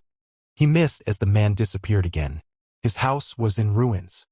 He was filled with powerful energy, making it very hard to stay on his feet. Dean's mana and strength were incredible. It was hard for him to resist. Moreover, the enemy understood that the main character wasn't weak and his power level was very high. Killing him would be much harder than he thought. So he vanished again. But did he really just give up and retreat so easily? That wasn't all. Dean could turn invisible, which is why the men couldn't spot him. All they saw was his shadow darting around the room, ready to strike at any moment. Dean was invulnerable, so he was planning to take them out. First, he wanted to kill Kim. However, something happened that no one expected. Because the hero stabbed him with his own sword. It hurt, and he couldn't believe he had been seen. Immediately, he disappeared again. Due to his abnormal level of mana, the main character could sense him. This only made him angrier. It became very dangerous, so he wanted to leave the house as quickly as possible, where he could die. But Kim wouldn't let him just walk away. And he finished him off with a blow to the back. Dean was gravely injured and couldn't breathe. Weak and bleeding heavily, he collapsed to the ground and lost consciousness. When Yu Youngyu saw that Kim had managed to defeat him and was able to see him, he couldn't believe it. After all, he hadn't seen anything. They needed to figure out what to do with the guy's body, as it was clear they would be searched for soon. They didn't have a solid plan, so they had to think and act fast. But the hero calmed down. He didn't want to hide the fact that he had killed a man. The next day, news of this spread throughout the city. A warrior in armor approached the house where the main character lived. It was Max himself. He was trying to find Kim and Yu Youngyu, who were likely the killers. Finding nothing on the first floor, they began to head straight up to his room. The hero understood what was happening and calmly waited for him, while Yu Youngyu was extremely nervous. When he entered, he saw the body of his acquaintance in the room, and he knew that the deceased was a thug from a rival clan. However, he couldn't believe that the main character had managed to take him down and defeat such a strong opponent. Kim confirmed that he had beaten him in a duel. Then, he realized that he was standing before a very influential man, and he was quite important in the city, yet he didn't get angry over the murder. On the contrary, for the killing, he was planning to reward the guy with 30 gold coins. After all, the man was wanted, and only the main character had managed to deal with him and kill him. When Yu Youngyu heard this, he was overjoyed, as he hadn't expected things to turn out this way, especially since Max thought something serious had happened and that Yu Youngyu and Kim might have been in trouble. Suddenly, he turned to them with a proposal. He wanted the men to join his clan and become his comrades and warriors like him. This news shocked them greatly. Kim doubted the truth of his words, but the man was confident in his decision as he had never seen a rookie like the main character. Moreover, this offer was a great opportunity for him, because their clan was very strong and popular, and anyone would want to join. However, Max's partner thought he was rushing with his proposal. After all, first they needed to deal with the body of the dead criminal, and besides, the men were inexperienced. Moreover, they couldn't just take newcomers into their clan. But Max was really angry after hearing those words. It was hard not to notice that they were very strong and skilled warriors. And despite being newcomers, no one had ever defeated the dangerous criminal who was incredibly powerful. He wanted to recruit the main character specifically, since his friend wasn't as experienced as he was. He knew the guy was very strong and had performed well in the trials. When they returned with the offer, Kim turned them down, and that surprised them greatly. After all, being a clan member was a dream for everyone. It was a huge honor for him. However, the guy didn't even listen to him. Did he have much better options? Was he a newbie who had just entered their new world? Then he asked Yu Youngyu if he intended to join their clan. Yu Youngyu didn't respond. He just silently looked at the main character and also declined. They were impossible to convince, and the soldier resigned himself, promising to send them their reward in the evening. Besides, they needed to pay for the damages in the house. He also gave them some time to reconsider and accept his offer to join the clan. After all, he wanted to see them by his side and fight alongside them. After a while, their reward was brought to them. For the first time in their lives, they saw such a large sum of money. If they could get this money in real life, they would be very rich and wouldn't have to work for the rest of their lives. Yu Youngyu also wondered why Kim didn't accept their offer and didn't want to join the clan. But it seemed he had his reasons which he didn't want to share. As it turned out, the main character had an idea and was unsure whether he should join the clan. In fact, he wanted to meet the Supreme Mage, and he wanted the guy to go with him and help him.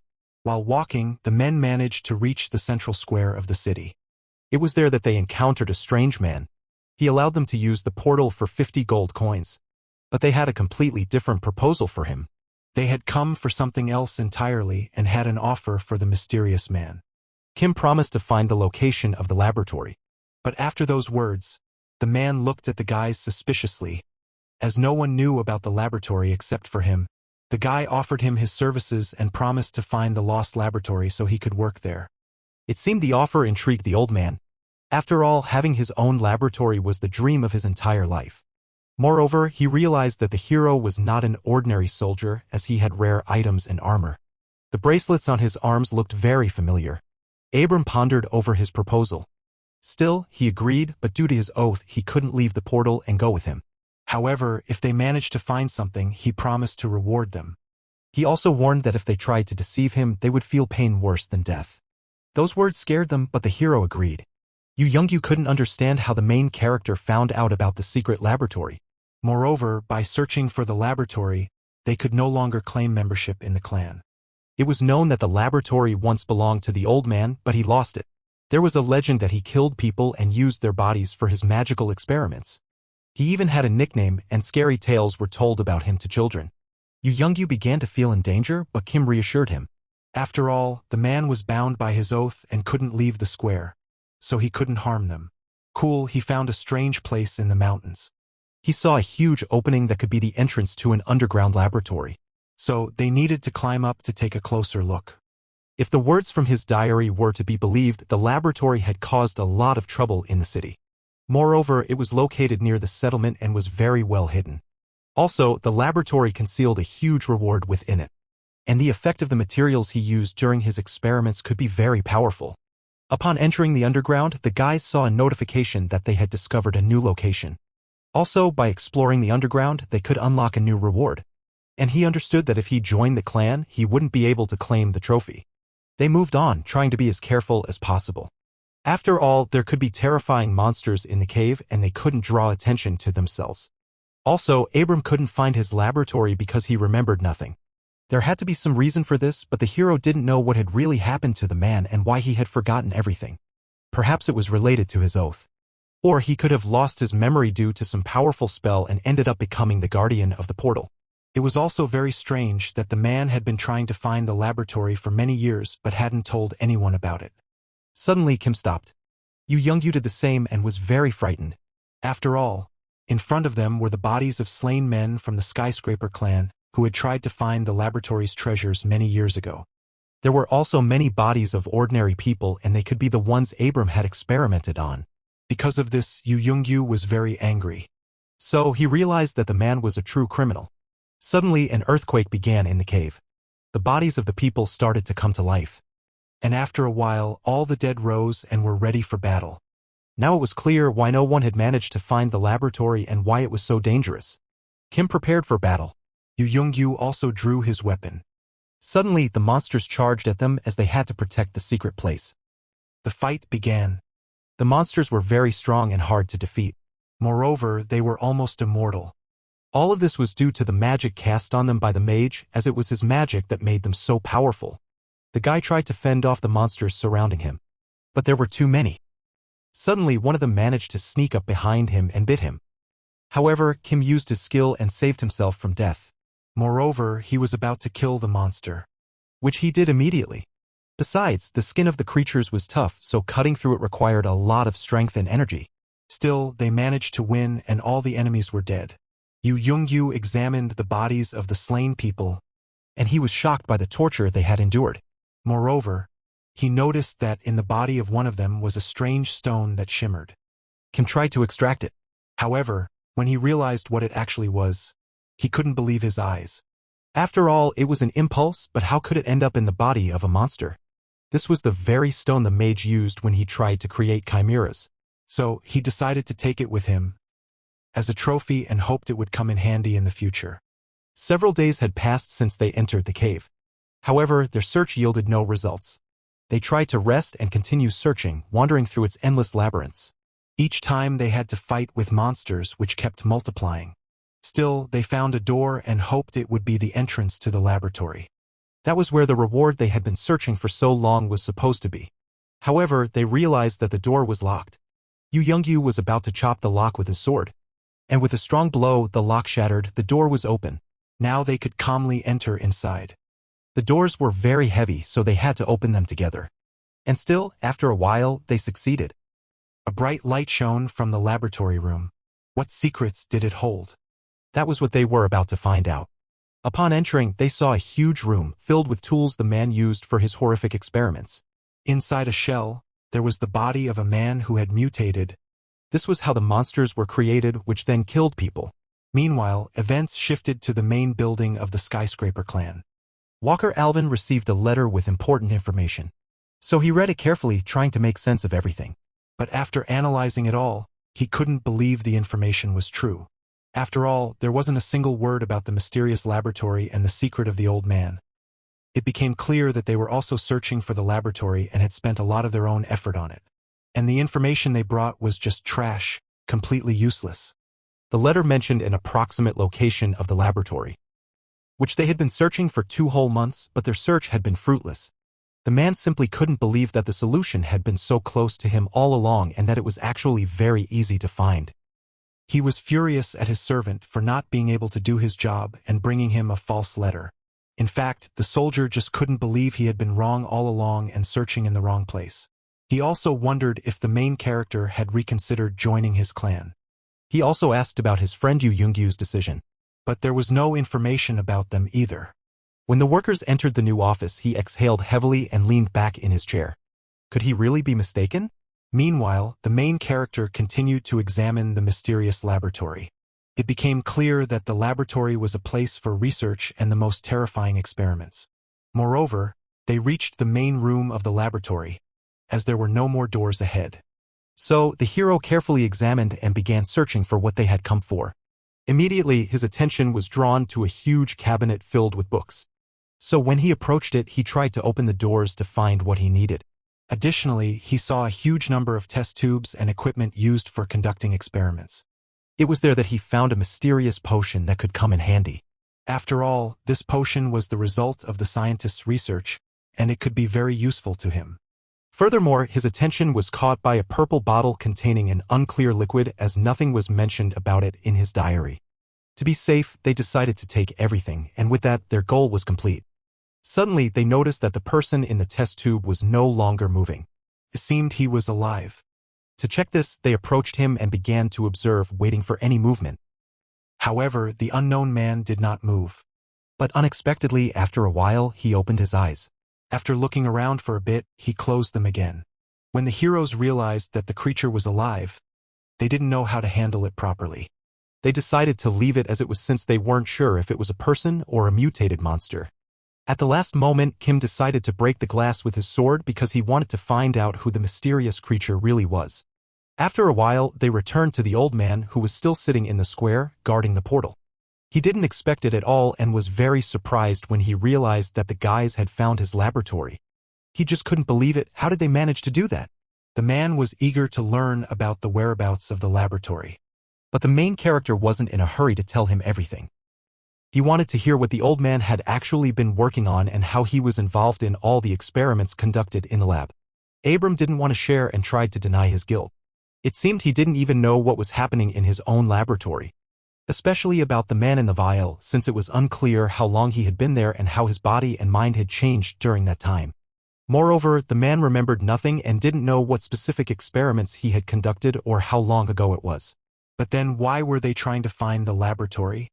The reason was that the old man considered the lab his home and wanted to return at any cost. But how could he return? He was tied to the square and forced to guard the portal. As it turned out, he could leave it for a short time, and that was enough for him to find the laboratory. Then the main character began to speak. He described the place where he found the entrance to the caves in detail. It seemed the man started to remember everything. He could now recall in detail how he tried to disguise the entrance. The boy continued to speak, and the man kept recalling more information and details. Still, he rewarded the boys for their work. They received very valuable attributes and a sacred ring. With the attributes, the boys could teleport anywhere at any time. The ring given to him by the man was also very valuable and was under special protection. Moreover, the items were several levels above all those they had received at this level. It became clear that they had received a very good reward for their efforts and didn't regret risking it to find the hidden place. Just then, the old man laughed and was about to leave them. He promised to meet them later. And at that moment, he headed back to his laboratory. The boys were happy to have received such a valuable reward, but worried about letting him go so easily. However, they hoped that the old man wouldn't remember anything and would lose his memory again. Still, they hid from him the fact that they had stolen the most valuable items from the lab. After all, those potions could be the reason the old man was trying to find his base. When Abram teleported, his eyes sparkled with joy, and a wide smile spread across his face. Back in their own place, the boys talked about what had happened to them. They were pleased that they had managed to obtain rare items and were living in much better conditions. Besides, they planned to go to the Skyscraper clan and inform them about the underground laboratory, as they could be generously rewarded for it. They also needed to decide what to do with the potions they had stolen. After all, they had no idea what was in them and what would happen after they drank them. Moreover, the system couldn't recognize the potions or tell them about their properties. The only way to find out was to drink the potions one by one and see what would happen to them. The main character was sure that this could enhance their strength and help them survive. Yu Youngyu didn't trust him, but he had no choice and began to drink. First, he drank the blue vial, just as Kim had instructed. After that, he immediately started on the red one. He quickly noticed an incredibly strong energy spreading through his body. Suddenly, they felt an excruciating pain and burning throughout their bodies. The pain was so intense that they could barely stay on their feet. But gradually, their stats began to rise. It became clear that they couldn't drink it all at once, as its effects were incredibly powerful. The boy felt like his body was burning from the inside, yet his level was gradually rising and he was becoming stronger. He also remembered the suffering he had gone through in the past to increase his strength, and this effect was much weaker than what he had to endure before. His entire body was racked with terrible spasms, but he could control it and endure the incredible pain. Meanwhile, Yu Youngyu was having a much harder time and was screaming in agony. After a while, it all passed, and they exhaled in relief. They managed to survive the ordeal. Yu Youngyu didn't realize how much time had passed. The boys regretted drinking all the potions at once as it nearly killed them. They also noticed that after drinking the red potion, their health stats immediately increased and restored. Their stats and other attributes also grew several times. The scientist who developed these potions was a true genius. But why hadn't he drunk them after preparing them? He would have become incredibly strong. The boys had very little time left and were planning to head to the Skyscraper clan's house. They were going to go despite it being very late and dark outside. But after thinking it over again, they decided to wait until morning. Also, to ensure the correctness of their decision, the main character took out his diary to find out what awaited him next. He carefully began flipping through the pages, searching for new lines that might have appeared in the diary. Suddenly, he found another page that hadn't been turned before. The boy read each line carefully, going back, when suddenly he began to panic. But after a while, his face changed completely and he looked very frightened. After that, he grabbed his sword and rushed outside, urging Yu Youngyu to run with him. Yu Youngyu was shocked by his behavior, but he had no choice and ran along with him. After a while, they stood in front of the Skyscraper clan's house. The main character tried to knock, but no one answered for a long time. He realized that everything was going wrong and that there was very little time left. So he started shouting, hoping that one of the soldiers would hear him and open the door. Suddenly, a servant appeared before him. The hero insisted on seeing Walker Alvin, but the servant assured him that it was impossible. He needed to schedule a meeting in a few days, but when the hero mentioned the location of the laboratory they had found, the servant's expression changed. So he insisted again that Walker Alvin come out to him. Upon learning what was happening, the soldier appeared immediately. He thought the men had decided to join his clan and wanted to inform him of their decision. He also heard the hero's terrible scream and came to his voice. But when he found out that the boys had managed to find the laboratory, he couldn't believe them, as how could two novices find what he had been working on his whole life? Then he realized that the boy before him wasn't an ordinary person and possessed an incredible strength that no one else had. Moreover, he believed it wasn't a coincidence.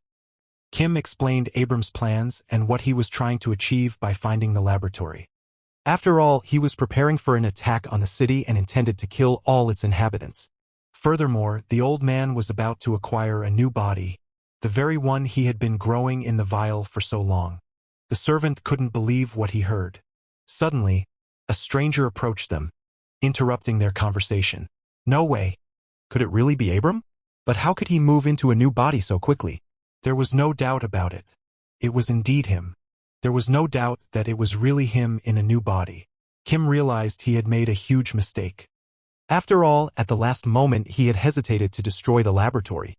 And that decision played a cruel trick on him as his enemy stood right before him. Suddenly, he began to attack the main character, trying to deliver a fatal blow. Walker Alvin couldn't understand why the stranger immediately began to attack. But Abram wasn't interested in the soldier. He wanted to deal with the main character and his friend. The boy understood everything, but he had already drunk the potions and had no intention of returning them. Therefore, the opponent wanted to take his magical items and promised to kill him if he resisted. After all, he immediately noticed that the boy wasn't an ordinary person and he was intrigued by his personal belongings. Suddenly, strange things began to happen, as the creature started pulling all nearby items toward itself. Suddenly, a bunch of stone swords appeared in the air. They immediately flew toward the main character. However, Walker Alvin wasn't going to stand by and decided to join the fight, realizing that the unknown was very dangerous. He understood that this was the old man who had been chained to the square, but how had he managed to lift his own curse? Abram remained silent. However, the soldier didn't expect to hear an answer from him. Right now, he was preparing to fight him and he promised to talk to the boys later. But Kim rushed forward, ready to confront the enemy. The soldier couldn't believe he was capable of winning and tried to stop him. Abram began to use his own power. He directed an electric charge at the people, thinking it would be enough to stop them. Walker Alvin stopped, realizing he could die. However, the hero continued to move forward. He had a special weapon that Abram knew nothing about. With the help of his own ring, he could use his weapon against him.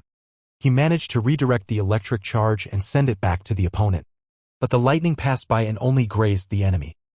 And then he realized what a huge mistake he made by giving the main character the ring. Walker Alvin understood he was wrong. After all, the boys weren't novices, they were experienced warriors. Taking advantage of the moment when the enemy was distracted, his servant circled around him. He delivered a powerful blow to his back. The hit was so strong that the ground beneath them cracked. However, there was no enemy there. At the last moment, Abram managed to escape. He realized that without the elixirs the boys had stolen from him, his body was too weak and he hurried to engage them in battle. Suddenly, he found himself trapped as a chunk of ice covered his body. It turned out to be a girl who had come to help. She couldn't believe that the old man she had seen guarding the portal was right in front of her. Very soon, a huge crowd gathered outside, along with the entire skyscraper clan. Abram made a huge mistake when he decided to go against all of them. After all, each member of the clan was a very dangerous warrior with special abilities. Therefore, he needed to retreat to prepare better. This wasn't the end, and very soon he planned to return again with new strength. And just like that, he simply vanished, leaving a mountain of ice floating in the air. The woman couldn't do anything as the man had the ability to teleport and even her strong magic couldn't hold him. Still, Walker Alvin wanted to figure out what was really happening. So he ordered the boys to follow him, as he wanted to talk to them. Kim explained that they had managed to find the laboratory and drink the magical potions made from hundreds of human lives. The man realized that all this time they had been mistaken as the solution was so close. They also realized that the guys weren't skilled as they had drunk the potions that the scientist had made for himself. The potions could elevate a person to an incredible level. If a thief drank them, he would be unstoppable. Now everyone understood the criminal's plan. It became clear why he had been trying to find his own laboratory all these years. It was also known that the old man had always hated people and was trying to unleash his aggression while gathering the necessary ingredients for his magical potion. But how had the old man managed to lift the curse and return to the laboratory? The main character had no idea. They realized that Abram would now try to make new potions for himself, so they needed to stop him. Besides, Walker Alvin knew the old man and understood that he wouldn't be stopped easily. He also knew that, without the potions, the criminal wasn't that strong. He wanted to thank the main character because it was thanks to him that they had a chance to stop Abram. Suddenly, he stopped. He couldn't understand how the main character knew about the oratory and that the man would seek revenge. Then Kim realized he had revealed too much and feared that Walker Alvin might start to suspect him. He didn't know what to do. Should he tell him about the diary? Just then, a soldier burst into the room and ordered Walker Alvin to follow him immediately. The soldier was terrified and couldn't explain what was happening. But after catching his breath, everything became clear. At that moment, a wave of monsters was rapidly approaching the city. Meanwhile, chaos erupted in the city. All the people who could hold a weapon took up arms to defend themselves. They tried to stop the wave of monsters that had begun to break into the city and were killing people. But there were too few of them, and they didn't have enough resources. Suddenly, a massive barrier covered the city, preventing the monsters from getting inside and killing people. People realized that the skyscraper clan had taken up the defense of the city. The situation was extremely critical. A girl was putting in tremendous effort to protect the people. She also sent out a warning and ordered everyone to grab weapons and defend themselves. Yu Yongyu protected her while she held the barrier, but he knew he wasn't strong enough. Meanwhile, the main character and other clan members were outside the city. They had to take the brunt of the attack and try to stop the massive wave of monsters. The main character charged into battle first, starting to take down everything in his path. One by one, he destroyed the monsters. However, he realized they were very weak. Could the potion have affected him? But soon he saw another massive wave of monsters. It was moving straight toward them, and it was a real army. At that moment, the hero decided to try out his powerful weapon. But Walker Alvin beat him to it. With a single sweep of his hand, he attacked the beasts and unleashed an explosive wave. The entire army of monsters was wiped out in one blow. Kim had never seen such power before. He couldn't believe his eyes. It was as if the man had sliced through the air with a single motion of his hand. Walker Alvin was an incredible man and very strong. The boy didn't want to fall behind and started to move after him. They were trying to find the entrance to the laboratory to stop the criminals. Meanwhile, Abram was in his own laboratory. He was trying to brew a potion, but the ingredients were coming together very slowly. Thanks to the main character, his plans had been thwarted and he couldn't become strong so quickly. He hoped to create at least one potion and knew he needed to hurry, because they would be showing up very soon. The main character had spent weeks searching for them to lead them to the laboratory. They needed to finish in 2 days, and on top of that, they were constantly being attacked by waves of monsters. There were so many that they just wouldn't stop. But the people could quickly handle them with their own magic. With a single wave of their hands, they could destroy dozens, if not hundreds, of creatures. Watching them, Kim realized that all these people were at a much higher level than he was. And he was confident they would definitely win. Moreover, they noticed that the monsters contained strange crystals inside, just like the special stone the boy had found the day before. It was a special gem that allowed the creatures to live and move. But it was unclear how it had gotten inside the monsters and who was behind it. However, there was no doubt that it was the work of the criminal, who had been preparing all along and had created a real army for himself. But how he managed to do all this remained a great mystery. They needed to move on, as they were wasting too much time fighting the creatures. Meanwhile, the boy continued to keep his stone, thinking it might come in handy in the future. Meanwhile, a battle raged in the city. One by one, Yu Yongyu was taking down the monsters, protecting the girl. However, one of them managed to sneak past him and attack from behind. He didn't even notice it. But he was lucky, because if it hadn't been for the woman and her magic, he would have died. She also noticed how exhausted he was. But Yu Yongyu dropped his hands. He understood he didn't have enough strength and couldn't help them stop the villain. He tried to be better, but nothing was working out for him. He constantly compared himself to people who were much stronger than him and progressed much faster. So he made a decision. He dropped his weapon and walked away. The boy didn't want to be a burden to them. Understanding how hard it was for him, the girl felt very sorry for Yu Yongyu. Meanwhile, the skyscraper clan and Kim managed to find the laboratory. They entered and saw Abram, who was busy brewing potions and had managed to recover. He had indeed managed to brew a potion, and now he was much stronger than before. This was his laboratory, and he felt especially powerful there. Soon, a tough battle was about to begin, and the boy could already feel his incredible strength and that it wouldn't be easy at all. Meanwhile, a fierce battle was taking place in the cave. The sounds of fighting and screams reached the outside. All the clan members felt an incredibly strong dizziness. Their ears were ringing. They simply couldn't resist and stand up to the power of the unknown criminal. Walker Alvin was trying to hold on, but he couldn't take it anymore. Unlike his comrades, he remained conscious, but he couldn't get to his feet and continue fighting. The criminal smiled, knowing that his plan had worked and the potion had taken effect. Then, the people realized that such a criminal was only a chance for the city to gather more ingredients for brewing potions. After all, he wanted to take human souls, which he needed to transform them into monsters that could become his army. Walker Alvin understood that the man was indeed a very serious opponent, as he could take human souls and use them for his own purposes. Very soon, he was going to brew a massive amount of potions for himself and become a true supreme mage. Then, no one in the world would be able to stop him. The first to die was supposed to be Walker Alvin, as he was the one Abram wanted to kill the most. And then, he used his own magic.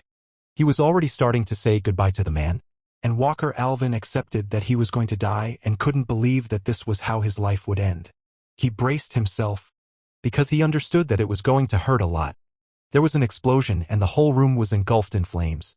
Suddenly, the main character managed to sneak past his enemy and attack from behind. He struck and was able to seriously injure the man. It was so unexpected that the enemy was even frightened. His wound was very serious, and he couldn't believe that his magic hadn't worked on the main character. This was supposed to be the final battle. The boy understood that the opponent was very serious, and he prepared himself. He was also shocked that Abram's magic hadn't affected him. Could it all be because of the potion he drank? After all, he felt nothing at all. Maybe it was because of his ring or the armor that protected his body from the magical force. Suddenly, he noticed that Walker Alvin was still alive after such a strong blow.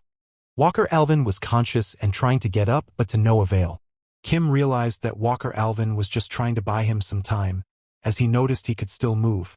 So, he had a chance as the enemy wasn't looking his way and he couldn't miss this opportunity.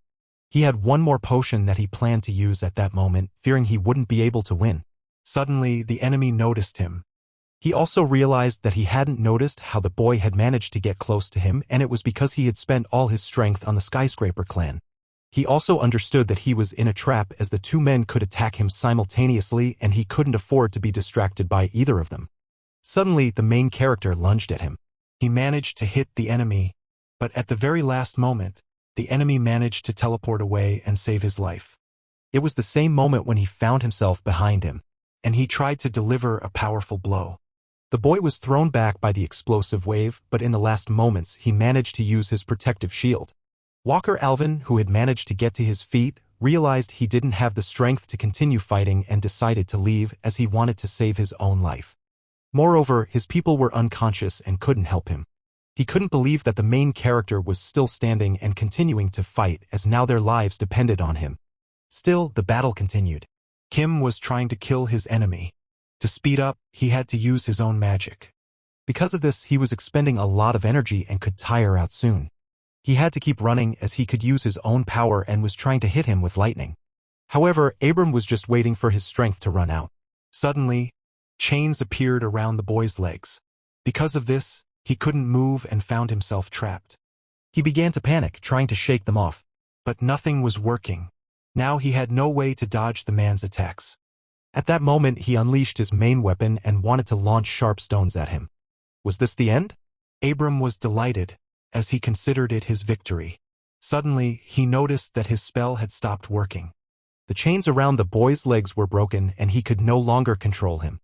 Moreover, he collapsed to the ground, feeling an unbearable headache. He understood that his soul had been consumed by the magical circle, but how could this happen to him? In fact, it was the potion that the main character had managed to drink before the battle that had worked. Abram didn't understand anything. He was stunned by this turn of events. But Kim simply threw an empty potion bottle at his feet. It was the most dangerous potion the criminal had ever possessed. It was thanks to him that he could control the minds of others and steal their souls. This was his most powerful weapon. Now the man could not resist. He understood that this was the end. Moreover, the boy had coated his own sword with poison, which was meant to return the old man to his own body.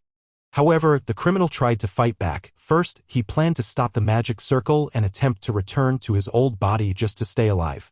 But he couldn't move at all. The boy approached him and was about to strike. He had managed to invade his consciousness and control all his movements. He could easily kill him and take his soul. Suddenly, he struck with his own sword. As a result, the criminal lost his own hand, the one with the ring. With it, the man could control his own power and was planning to attack the hero after he stopped the magic circle. Kim noticed this and knew the man wasn't going to give up easily. So he struck him again. As a result, the criminal lost consciousness. Meanwhile, the boy was preparing to help his friends regain their senses. He also planned to destroy the entire laboratory of the man to prevent him from continuing his work. For a while, he managed to pull everyone out of the lab. But they didn't come to their senses and remained unconscious. Only Walker Alvin could speak and understood everything. He felt terrible that they were powerless against the mage. But Kim could handle it himself and promised to return very soon. Walker Alvin felt very bad for not being able to help. Meanwhile, the boy decided to conduct an interrogation. He was curious how the man had managed to regain his memories, knowing it was impossible to do alone. He wanted to find out who that villain was who helped him recover his memories and find his own lab. But he quickly realized that it was thanks to him that Abram was able to find his old home. He struck again. And this time he severed the other hand. Only after this did Abram start to talk. He spoke of a stranger who had given him a piece of paper long ago and left quickly. It seemed Abram was telling the truth, as he had no reason to lie anymore. Next, the boy wanted to know how he had managed to brew potions and how he had hidden it for so long. Suddenly, Abram began to talk about the armor and bracelets on his arms. Because the person who taught him magic wore the same. It could be the king himself, as only he had the same armor as the hero. Then the hero realized that all the legends about the king and his treasure were true. But he didn't finish, he still had many other questions. He was curious why the man had created an army for himself. Was he preparing for war and wanted to kill everyone to become an invincible criminal? This question surprised Abram, because in reality he was pursuing a different goal. He just needed to find many subjects to conduct his own experiments and brew potions. From the very beginning he hadn't intended to use people for his experiments, but the emergence of the clan forced him to do so. After these words he began to scream and curse the hero and the skyscraper clan that had interfered with him. Kim silently watched him. He understood that the man was insane and there was no helping him. Moreover, by killing people, Abram gathered the necessary ingredients for his potions. And then, he enjoyed it so much that he began to kill for pleasure. After these words, the boy struck him again. The blow was so strong that the ground cracked beneath him. It was very sad for those people who died and became part of his experiments. After all, each of them had a family and they all wanted to live. He saw no reason to keep such a villain alive. So he decided to kill him. This would rid the world of one more bad person, and he hoped that this decision would save many lives. Meanwhile, on a hill, people in black cloaks were sitting.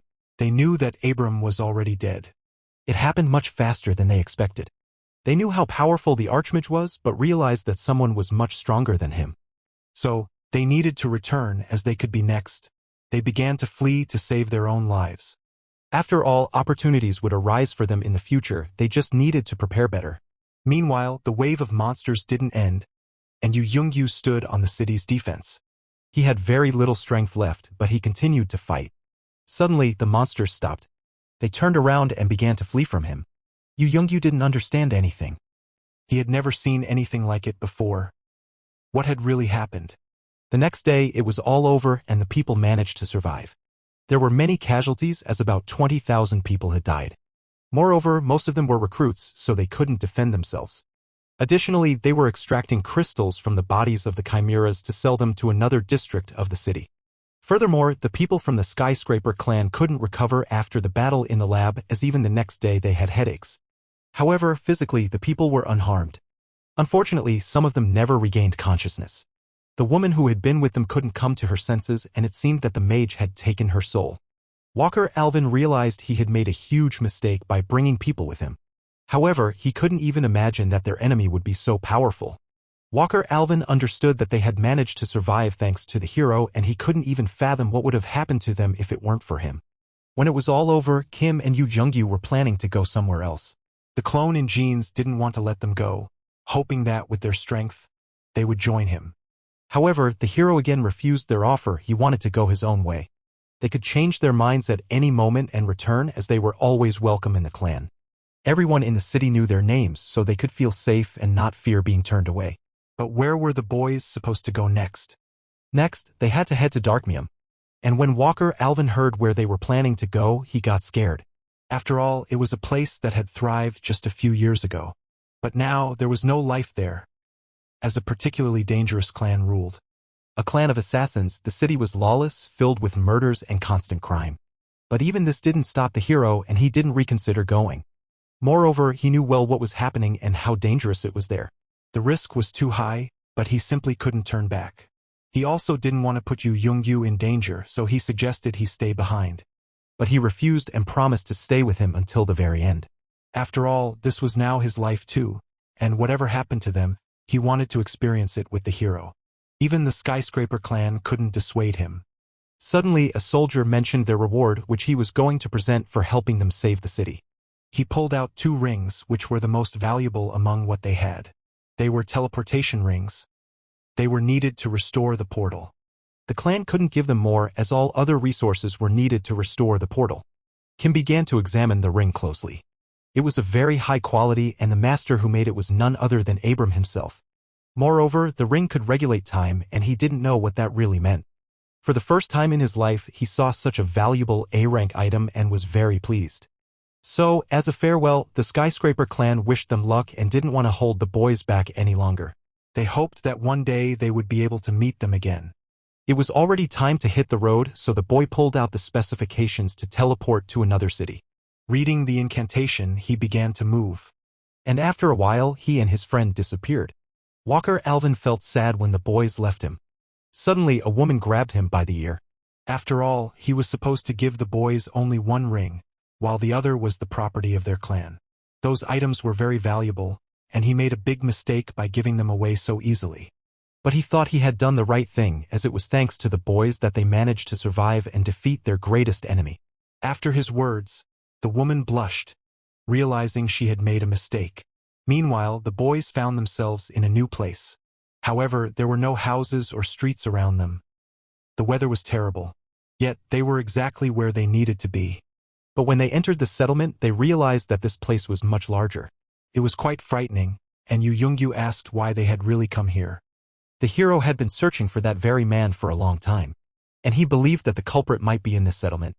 It was the man who had killed his family, and he was ready to do anything to find him. This was what he had seen in his diary, and he understood that the time had come. He was ready for revenge. That very night, he had a terrible dream. He was working at his job and living a normal life. Suddenly, his phone rang. It was his beloved. He was running late from work but promised to come home soon and finally meet her. But in response, he heard her begging him to save her and come help quickly. The boy tried to shout back to her, but she didn't respond anymore. His hands trembled as he thought the worst had happened. Immediately, he left his office and rushed home. He was in such a hurry because every minute counted. Suddenly, he woke up. It had all been a dream. He was in his own house and went to check where his wife and child were. But when he entered the room, he saw their bloodied bodies lying on the floor. They were dead, and his dream had been reality. He constantly thought of his wife's friend in various places, and it wouldn't let him live in peace. Nightmares haunted him constantly, and he could never calm down. He knew his wife had pleaded for mercy and begged the killer not to do this to her. He also knew that the killer had taken pleasure in killing them. He remembered that day for the rest of his life, as it was the worst day of his life. The death of his loved ones was a true shock to him. He would never forgive this. The horrors tormented him constantly. And even that day, he woke up again as he saw the terrifying scene before his eyes once more. The hero's hands trembled violently from the sweat. He tried to pull himself together, but Yu Youngyu noticed something was off with him. Yet, Kim didn't want to share anything.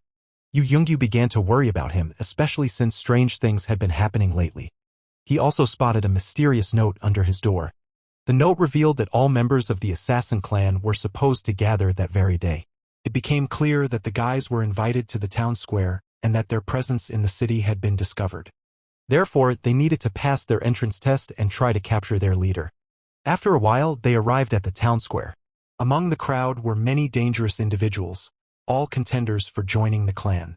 The leader of the assassins noticed that a large number of people had gathered. Finally, the event began, and he stepped up to give a speech to all the hopefuls. He was thrilled that his clan was still popular and that so many people wanted to join. But the crowd wasn't listening to him. Furious, he ordered everyone to shut up. When they ignored him, he demonstrated his own power. At that moment, everyone realized he was not someone to be trifled with. Anyone who dared to challenge him would be killed. This terrified everyone present, and they began to listen attentively. He started explaining the clan's rules, revealing that members of the same clan could not kill each other. Moreover, a person's life meant nothing in this context, and the commander didn't care about his comrades. After a brief introductory speech, the test was about to begin. It was quite simple, and everyone was handed flyers. They needed to bring back the head of the person shown in the photograph, and only those who brought the head along with the photo would pass the test. This person was located in a huge city, and while it seemed straightforward, there was a catch.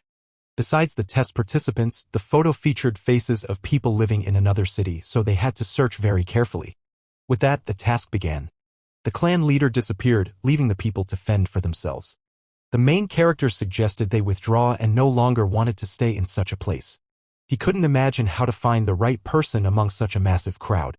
Suddenly, Yu Youngyu noticed one of the participants starting to snatch flyers from others, robbing them of their chance to pass the test. This made him furious. Yu Youngyu thought the test was unfair. It just wasn't right. Perhaps the man the main character was trying to find was also participating in the test. But it all felt very strange. How could anyone emerge victorious from such a large group? The guys moved calmly through the city streets, completely unaware they were being watched the whole time. He recounted how after the death of his wife and daughter he had quit his job and was searching for the culprit. But at some point he gave it all up and returned to the company. Now he wanted to catch the killer again, even at the cost of his own life. Besides, he still had memories of the killer and knew that the culprit had entered this world and was also taking the test. He also knew that the killer carved the letter X into the bodies of his victims, which was how he could be caught. The killer was truly evil, committing his crimes with particular brutality. Yu Youngyu believed he absolutely had to pass the test to find the murderer. After all, their targets could be innocent people.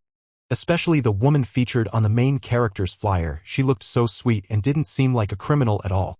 Just then, they were surrounded by unknown individuals. They pulled out sharp knives and blocked their way. The men thought they were dealing with rookies, so they figured it would be easy prey. But the main character was ready for this and prepared for a fight. When he drew his sword, the criminal was taken aback, not expecting him to resist or show no fear. The head of the assassins was at his own house. After all, he was the one behind the ambush planned against the main character by armed thugs. He was simply curious to see who would win in a deadly duel.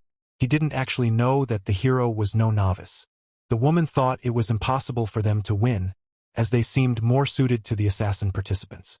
The clan leader was eagerly waiting to hear who would be the first to complete the tasks. Meanwhile, the clash in the street continued. The main character asked if the guys had encountered the killer who left his mark on the bodies. But this angered the thugs, and they decided to attack him to kill him. The boy prepared to defend himself, yet he remained calm. He easily dodged the first strike. The thug thought he was lucky and became even angrier. He tried to injure him, but each time the boy evaded. Still, this couldn't go on forever. So, his partner threw his own sword to help him. But even that was something the main character anticipated. He simply blocked the attack. They couldn't believe their eyes. They hadn't expected the boy to be so skilled. Next, Kim was ready to punish them and swung his weapon. He managed to hit one of the thugs. The thug immediately flew back several meters. The other, realizing what was happening, gathered himself and tried to kill him. This was the main thug, the most experienced of all the criminals. However, the boy didn't even try to dodge his strike. He simply unleashed his superpower, making his body invulnerable. With the help of his ring, he could control time and saw all of the man's movements in advance. For him, everything slowed down, making it easy to dodge the thug's blows. However, the use of the superpower was limited to just a few minutes. Due to the excessive use of power, he couldn't rely on it for too long. So he struck back. His attack was so powerful that it immediately stunned the attacker. After the strong blow, the enemy flew back several meters. Yu Youngyu also dealt with them easily, as the thugs were true amateurs and posed no threat to him. After the fight, he approached their leader, who lay on the ground unable to get up. He asked again if he had encountered the killer who left his mark on the bodies of his victims. After all, the boy knew that the thugs were also searching for this man, as he was the reason for the real series of murders in the city. He began to choke him, wanting the thug to spill everything. The boys helped him with threats. The man revealed that the serial killer left a letter on the bodies of his victims, but he had come to the city only to take the test and become a member of the clan. He didn't know anything more and hoped that Kim would let him live. The boy agreed with him and promised to spare his life. With disbelief, Macbeth looked at him. He continued to speak, for he knew that the maniac could also be taking the test. And he was hunting the main character, which is why he hired assassins to save himself some time. The thug was at the location where the serial killer had stopped. There was a mountain of corpses marked with his symbol. The boy listened intently. And after the man finished speaking, he ordered him to take him to that place. Meanwhile, the scene shifted to the serial killer's house. In one of the rooms, he was torturing his victims. Terrified people screamed in pain and agony as they endured their torment. They begged the man to let them go and allow them to live. However, he didn't listen. Murder was a true pleasure for him, and now he simply couldn't stop. His victims were ordinary people who couldn't resist or defend themselves. He killed the man's daughter right before his eyes, making him weep. It was a horrific death, and he never felt remorse for anyone. The poor man screamed but couldn't save his own daughter. The killer left his symbol on her body. He did it with brutal precision. After that, he did the same to the man, killing him just as viciously. Blood splattered across his face. From this, he felt truly happy. He was a sick individual who killed for pleasure.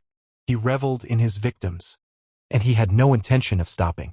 He also examined a photograph of the main character and was already planning how he could kill him. And that would be the day they could finally meet again, at last. Meanwhile, the thug was leading the people to the house where the maniac might be hiding. Yu Youngyu, the main character, was extremely tense and felt unwell. He didn't want to talk to him and was very serious. They continued walking in silence. After a while, they arrived at the house, and the killer lived on the 3rd floor. Kim felt that this moment was very special for him as he had been working towards this goal for years. So, he was ready to enter the house. But just as he was about to open the door, something unexpected happened. He couldn't afford to make a mistake.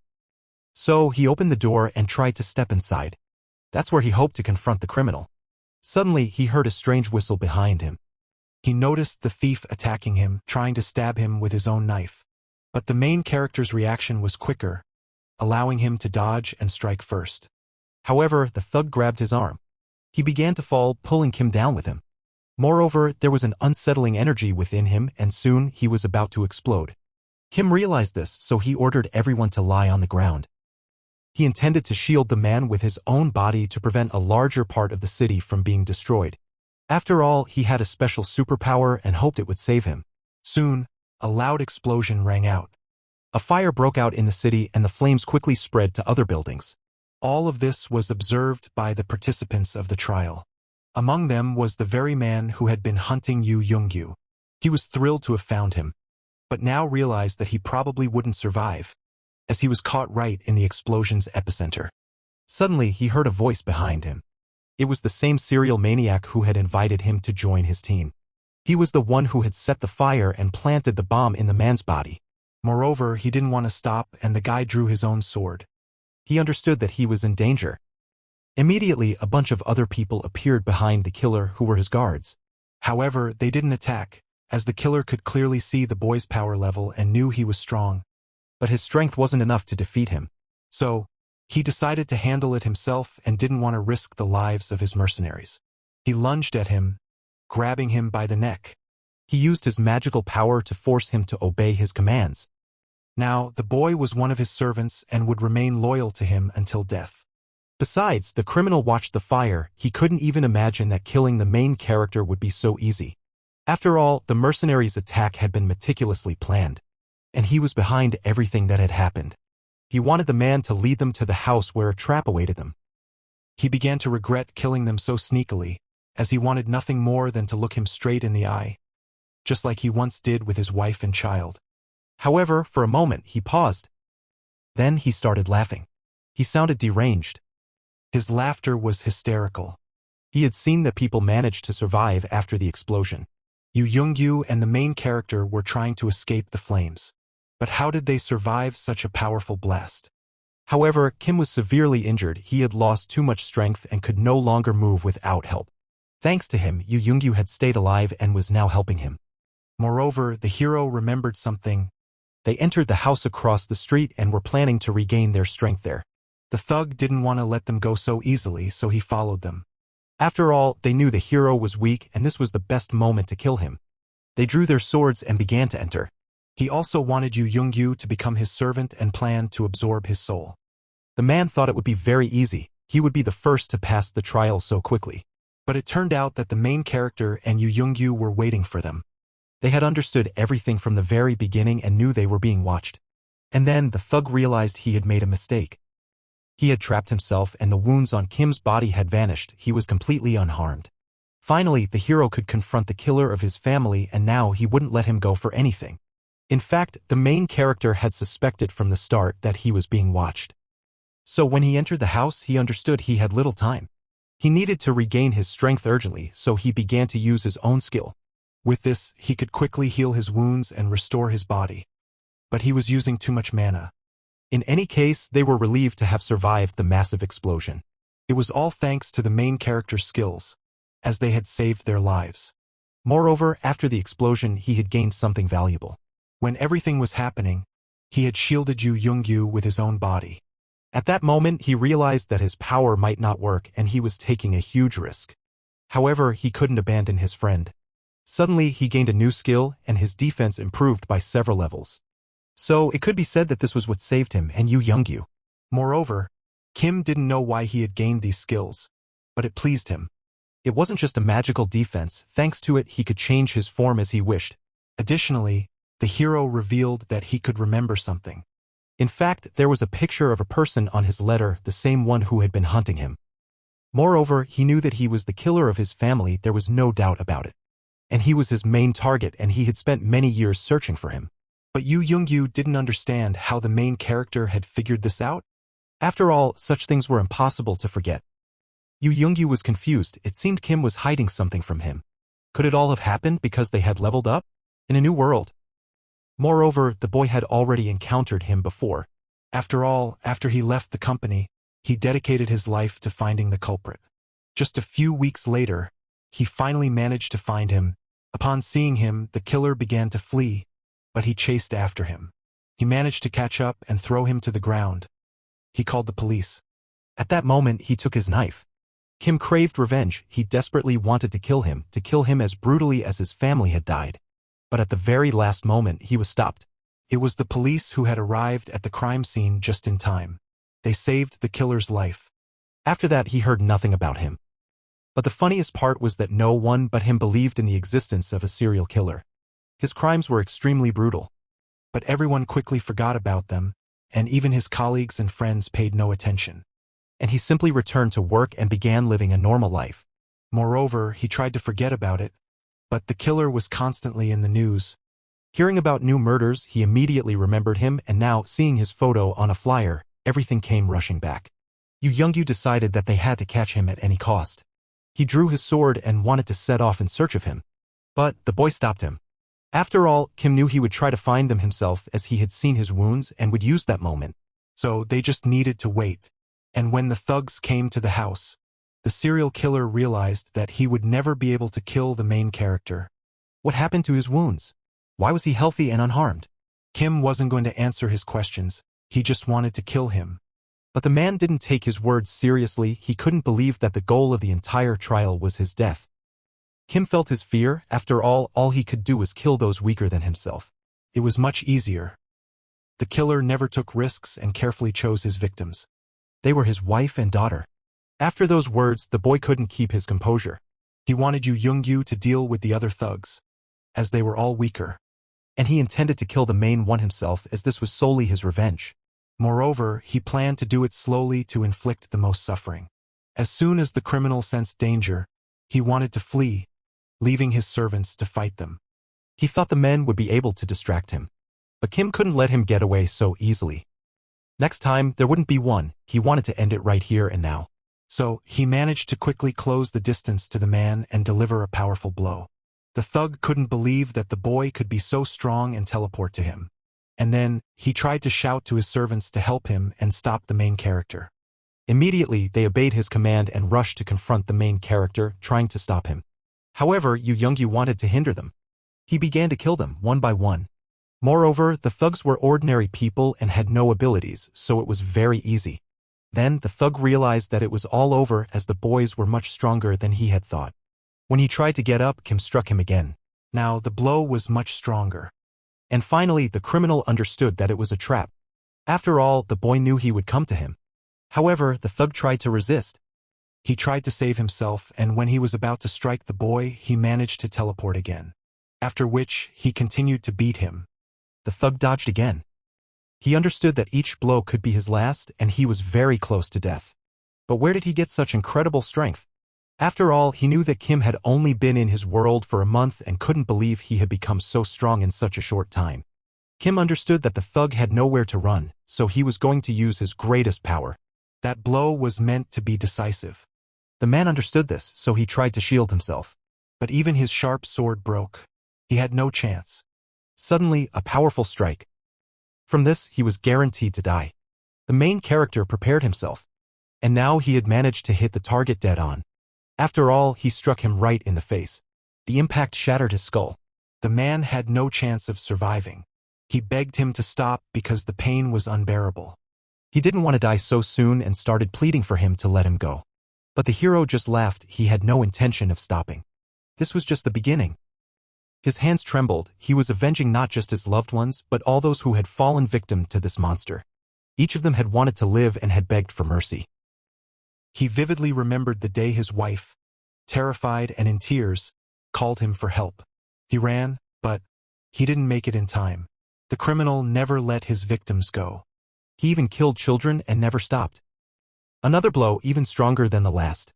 The hero didn't stop. Tears welled up in his eyes. And Yu Young-yu silently watched what was happening. He understood how hard it was for the hero, and the criminal's screams echoed throughout the city. When the man was dead, the boy broke down, staring at the bloodied face for a long time. Finally, he had found him and could atone. However, he couldn't waste any more time on this. He needed to move on and finish the trial. The boy also carved a letter into his body. After what had happened, he couldn't calm down or collect himself for a long time. Even Yu Young-yu couldn't help him. He could see how hard it was for him. Suddenly, he noticed a strange notebook in his hands and realized it was the hero's diary. It had been a gift from his own wife. So it was the most precious thing to him. Yu Young-yu left him alone so Kim could have some time to himself. He began to read, hoping that after killing the culprit, the entries in the diary might change. Finally, he had taken his revenge and wanted it to bring him closer to his own family. Killing the culprit had been a long-held dream he couldn't fulfill in real life, and now that it had happened, he felt truly happy. After this, things would be much easier for him. But it wasn't so, he cried. All the memories of the deaths of his loved ones began to haunt him again. Because even killing wouldn't bring back his wife and daughter. In reality, his death changed nothing. He didn't see any new pages in the diary. But he hoped that eventually they would appear. After the hero calmed down, Yu Young-yu dared to enter his room. Even though he wasn't crying anymore, Kim remained angry and didn't want to talk. Still, the boy smiled at him, unsure how to support him. It seemed he felt better as he smiled back. That day, they were very lucky. They had taken down a dangerous criminal and had also completed the task. So a reward was just around the corner. The boys had no idea that the hardest part was yet to come. The next day, others also began bringing in the heads of their victims and received rewards. Many people tried to activate the system, but they failed due to strict checks. The man responsible for evaluating the tasks was barely awake, as there were very few who managed to succeed. Suddenly, the boys approached him, holding packages with the heads of their victims.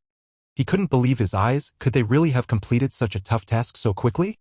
But he decided to check their letters. And when he looked inside the bags, he realized they had indeed completed the task. Moreover, they were the strongest, and he was very surprised they had done it. He had no choice. Everything was above board. So, they passed the trial. To become full-fledged members of the clan, they had to take some pills. Besides, they couldn't verify if it was safe and had to rely solely on their instincts. However, there was no turning back, so they decided to take the plunge. The man assured them it would give them a surge of strength and energy. After they swallowed the pills, they became official members of the assassin clan. Suddenly, Yu Young-yu spit out his pill because it tasted terrible. Moreover, it had a special name and was considered the seed of the devil. They were given special tokens that indicated their full membership in the clan. Kim didn't want to become one of the killers, but there was nothing he could do. It was part of the trial. Suddenly, strange things began happening to his body. He didn't manage to swallow the pill as he noticed Yu Young-yu hadn't done so either. When he held it in his hand, he felt an enormous surge of energy release from his body. Also, his sacred armor began to break down. He tried to stop it, but nothing worked. Moreover, it caused him intense pain, as he couldn't remove the bracelet that was constricting his wrist. It seemed his bracelet was starting to transform. He tried to take it off because it hurt so much. Suddenly, he saw a system notification and received a new characteristic of demonic energy. His bracelet was enhanced and he gained a new superpower. After a while, the pain subsided and he felt better. Furthermore, the bracelets had fused into his skin, but his strength and abilities had improved. Yu Young-yu breathed a sigh of relief as he had been very worried about the hero. Additionally, he noticed that the seed had changed color, indicating that his body had absorbed its energy. Now he wasn't sure everything was okay. After all, he couldn't understand anything. But he hoped that soon everything would become clear. His seed could be considered spoiled, but they still had one left that belonged to Yu Youngyu, and he was ready to give it to the hero. Meanwhile, the scene shifted to the skyscraper clan. The clan leader was very anxious as he read the latest news. However, he was pleased that the evil scientist and his monsters had been destroyed and the city was saved. Moreover, the woman in his office had managed to deal with a serious problem. Walker Alvin tried to remain calm but couldn't hide his excitement. Suddenly, a knock at the door. He allowed them to enter. A servant announced that Kim and Yu Youngyu had come to see him and wanted to talk. Walker Alvin was thrilled to hear this. He hoped the boys had changed their minds and were ready to join his clan. They began to talk. Recently, the fate of the skyscraper clan hadn't changed. Everything was just as it had always been. Then the girl asked why they had decided to return. At that moment, the boy startled them with his words. He showed them his badges, and that meant he had joined the clan that was their greatest enemy. Walker Alvin couldn't believe his eyes. Immediately, he thought the hero was a traitor and had been deceiving him all along. Moreover, he was furious that the boy had rejected his offer and joined another clan, one that had always been their enemy. He also explained the mandatory rule for those who joined the mercenary clan. They had to consume the seed, which could boost their strength and skills, and thus the strange seed spread throughout the world. It was believed that it was the key to becoming strong easily and quickly. Because of this, everyone began hunting for it, consuming it, but the seed took root in the human body. A slow person would turn into a monster and no longer resemble themselves. After a while, their body would start to mutate, and they could never control themselves again, becoming a demon. Walker Alvin tried to calm down, as he couldn't believe the boys had taken this step.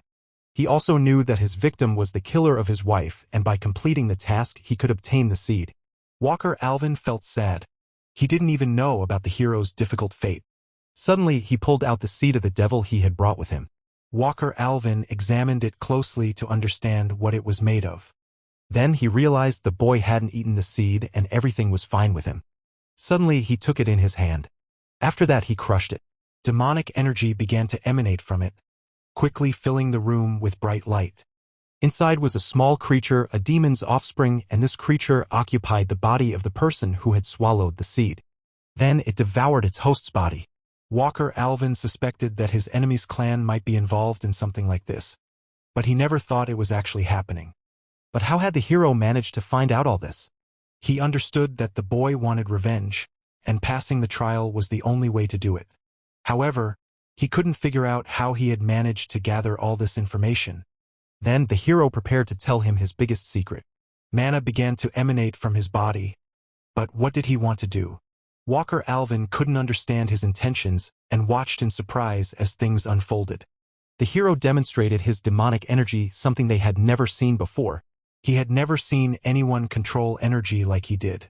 On his wrist was a special bracelet that absorbed his demonic energy, preventing it from entering his body. Could it be that the hero had absorbed demonic energy and could now control it? After a long conversation, Walker Alvin was convinced that the boys were not traitors and didn't want to harm him. Moreover, the situation was very serious, and what was happening could lead to war with the clan. All the while, Yu Youngyu was extremely anxious and couldn't breathe easily. However, when he returned to his room, he finally managed to relax and rest. He worried about the possibility of a future war, as they were officially members of the assassin clan, which meant danger was looming over them. But the hero wanted to reassure him and tried to explain that they were not in any danger. He also promised to protect him at the cost of his own life. After all, he had never left him in trouble and was always ready to defend him. Meanwhile, the woman from the skyscraper clan headed to a meeting in the capital. This was very important for her, as a huge number of influential people had gathered there. She entered the room last and swung the door open loudly. Everyone was already gathered and looked at her in surprise. They were discussing important economic issues and contemplating the future of the country. There were also representatives from various clans presenting their interests. She thanked them for coming such a long way, and she wanted to get straight to the point, as everything was very serious. At that moment, she presented evidence that the killer clown had allied with demons and was preparing for war. No one could believe her words could be true. But when she showed the seed and what hatched from it, no one had any doubts that it was real. But when she showed the seeds and something hatched from them, there was no doubt left in anyone's mind that it was real. Everyone braced for the worst, as it was clear that a war with the criminals was unavoidable. The girl had no intention of explaining how she had come by this information. She didn't want to put the main character in danger. She understood that it mattered, but she wasn't going to say anything. She was expecting an urgent decision as war could break out at any moment. No force would be able to stand against the demons that would slaughter innocent people and destroy their cities. For a moment, the room fell silent. Everyone listened intently, but no one dared to speak. At that moment, she announced the start of the military operation. During the state of emergency, the main character was to be under the protection of the Skyscraper clan, to keep him and Yu Youngyu safe from enemies. But he wasn't afraid, he was ready to fight alongside everyone else.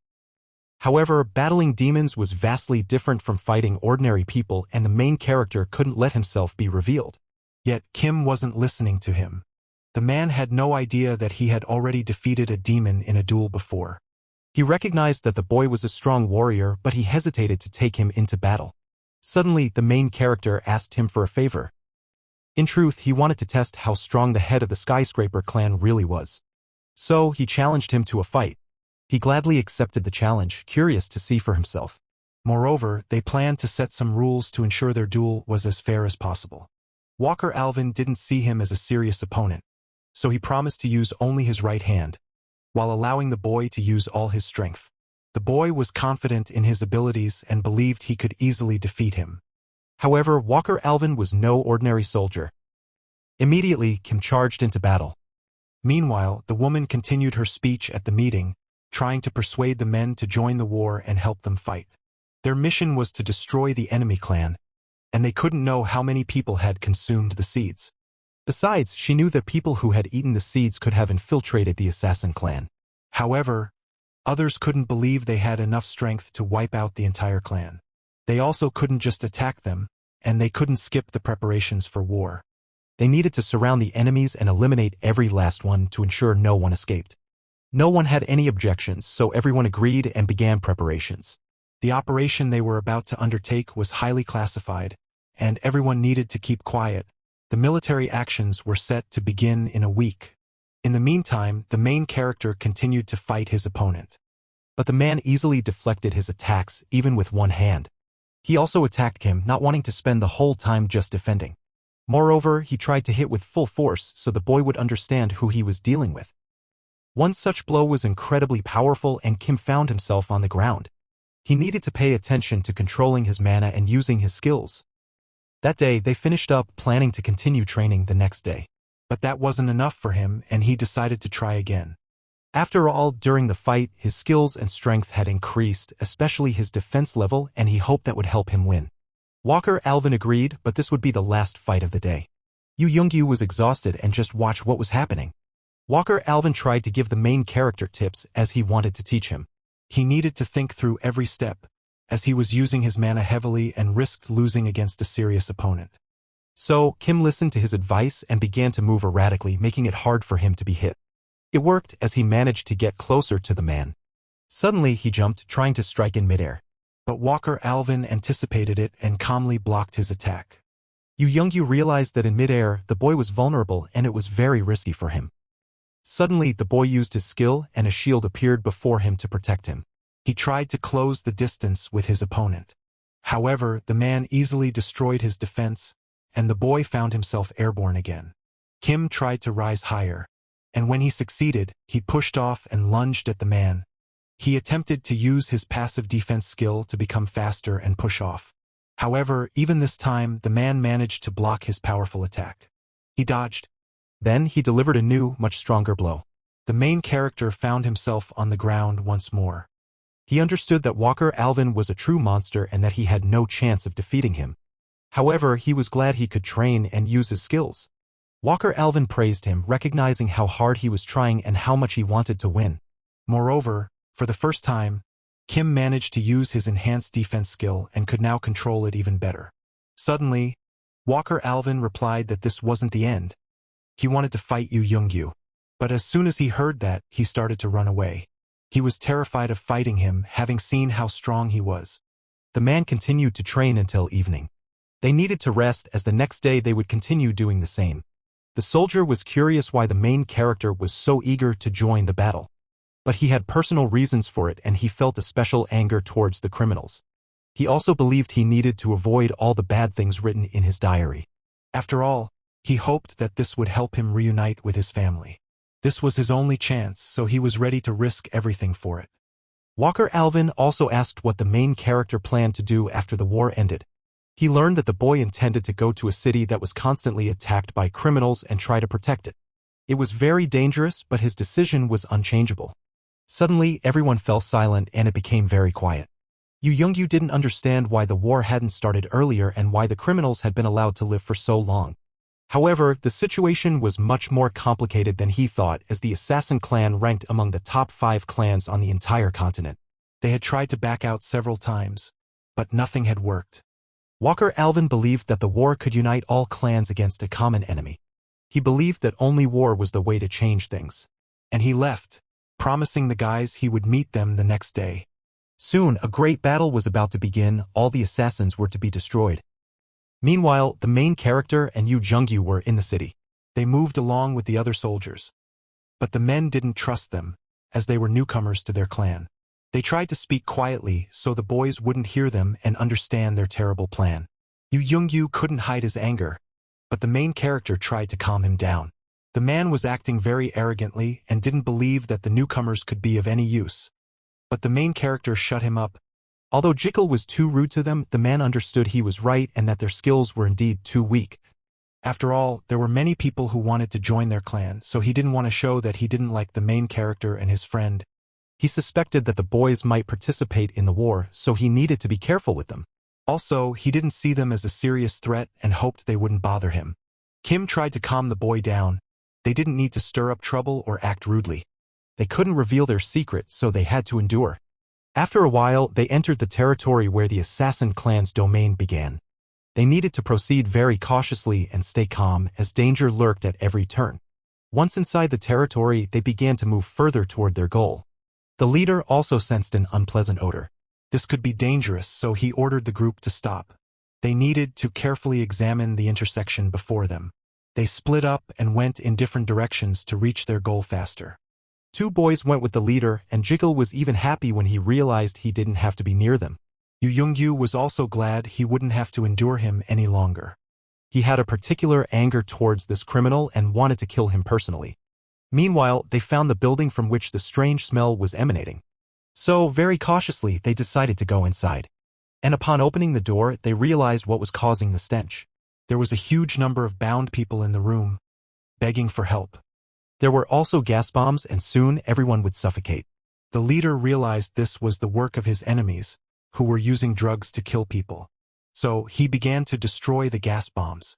After all, they were releasing toxins into the air that everyone was breathing.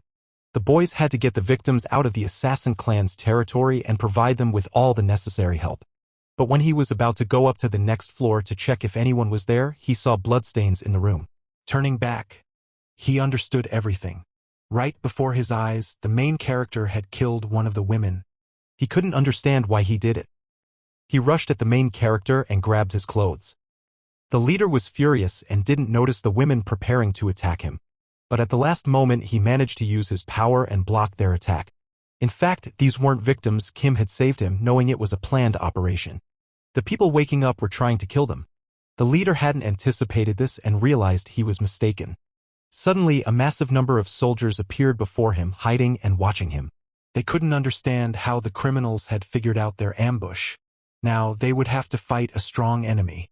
Yu Youngyu and the main character charged into battle, trying to overcome the mercenaries. The leader realized he might be experiencing hallucinations. After all, he had also inhaled the air from the candle and could be under the influence of drugs. So, coming to his senses, he prepared for battle. He easily fended off the attack from 2 mercenaries. He also realized that the main character had saved him, and he wondered if he really was a newcomer. Then he recalled Walker Alvin's words as he had advised taking them along. He understood everything. But why hadn't the smell of the candle affected the main character? Did he have some special abilities? But right now, the most important thing was to figure out how the criminals had learned they would come to the house and set their traps. He understood that the clan members were in danger, as the criminals already knew about the war looming over their country. Suddenly, they heard a strange scream. The city was not at peace. Everything had begun. But not at all as expected. Walker Alvin realized their plan had failed, and they hadn't managed to win so easily and quickly. Returning to his own city, he saw a massive pile of human corpses. These were the villains from the assassin clan who had taken advantage of their absence and attacked the city. Then Walker Alvin understood that there was a traitor among their clan, as the criminals had learned about the attack they were preparing and managed to kill all the people.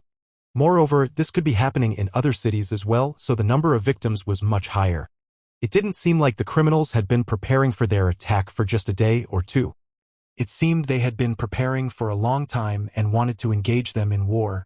Moreover, they could expect even more supplies, so they needed to attack quickly and be as cautious as possible. It was incredibly dangerous, but they had no other choice. From that moment on, the members of the assassin clan became the greatest enemies and a threat to all humanity. Walker Alvin was ready to take on the city all by himself, but the other clan leader agreed to fight alongside him, wanting revenge for all the innocent lives lost. So, they began preparing for battle and devised a new attack plan. The leader understood they were trapped, so they urgently needed to leave the danger zone. The newcomers started to run, but they continued to fend off constant attacks from the criminals. They tried to escape the danger zone as quickly as possible and wait for backup. Moreover, their other teammates might be in danger, they needed help. Suddenly, they heard a familiar voice. It was a cry for help. It became clear that the men from the other group were also under attack. So, they rushed to help. The guy was injured and surrounded by a massive number of mercenaries. He had been hurt and was preparing for death, unable to fight back. He never expected anyone would come to save him and thought the same fate awaited the others. Was this really the end? He closed his eyes and awaited his own death when suddenly the hero appeared before him. They arrived just in time and there was a chance to save the man. The bandits were taken aback when they saw them. Thinking they were easy targets, they also wanted to kill them. The injured man couldn't believe his eyes. How had the newcomers managed to survive? They readied themselves for battle and drew their weapons. The bandits began to attack. There were just too many of them. It seemed the odds were stacked against them. Meanwhile, the leader tried to hide, knowing he had no chance of defeating an entire army of mercenaries. This was a planned operation, and the bandits knew they would come to their city. There was no doubt someone had betrayed them. He had already lost hope of seeing anyone else alive. However, he heard the sound of battle on the next street. He felt a surge of hope, thinking it was reinforcements. In reality, a brutal fight had broken out between the hero and the mercenaries. He managed to hold his own against the overwhelming number of enemies with surprising ease. And Jekyll, who was watching, couldn't believe his eyes. He realized he had been gravely mistaken. The guys were not newcomers as he had initially thought.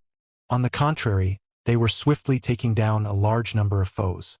Moreover, the hero moved through the air and the enemies couldn't reach him. When it was all over, he stopped right in front of Jekyll. Kim was very serious at that moment, remembering what Jekyll had said about him. Jekyll panicked, thinking the guy would want revenge on him. But there was no time for that. He was the only one who had managed to survive. The bandits were closing in, so they needed to leave the city. There were just too many of them. A new plan was needed since Kim was quickly running out of strength. He ordered the injured man to leave the city and call for backup. But at that moment, there was no one left to defend their own city. The hero also understood that this was a trap. Their entire army had long been wiped out as it had also fallen into an ambush. Kim wanted to buy some time and try to stop the criminals. He wasn't afraid. He was ready to face a massive number of strong enemies. Jekyll was frustrated because the guy wasn't listening to him and was going to do what he thought was right. But he had no choice. So, he agreed with him and promised to do everything as he instructed. Jekyll started to run while the others stayed behind, preparing to fight. They couldn't just flee, as it depended on them whether the reinforcements could reach the city. All they needed to do was try to hold off the criminals for a little while. Jekyll needed to leave the city and get to the support. And when he prepared for battle, he realized he simply couldn't move.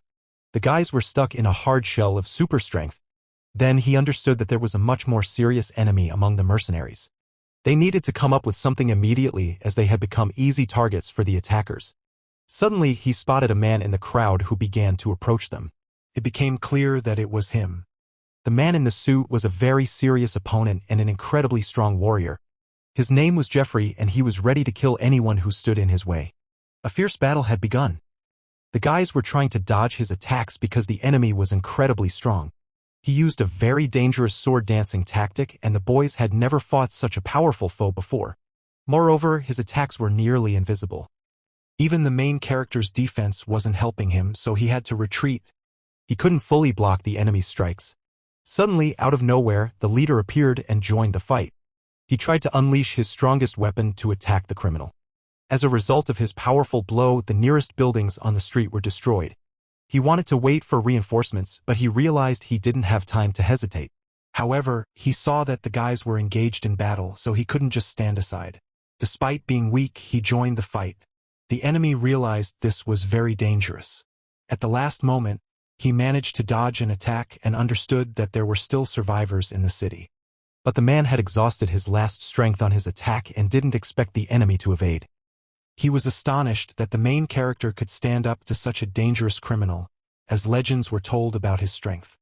He was a well-known figure in the assassin clan, not to mention a formidable warrior. The man would eliminate those weaker than him and then devour their bodies. They had to catch him because if they fled now, the people who would come in their place could get hurt. However, Jeffrey no longer wanted to hesitate. He was eager to start the fight, confident in his abilities and thinking he could easily win. Plus, he was hungry and dreamed of eating human flesh. So he immediately began attacking the men. They didn't see it coming, but at the last moment they managed to dodge.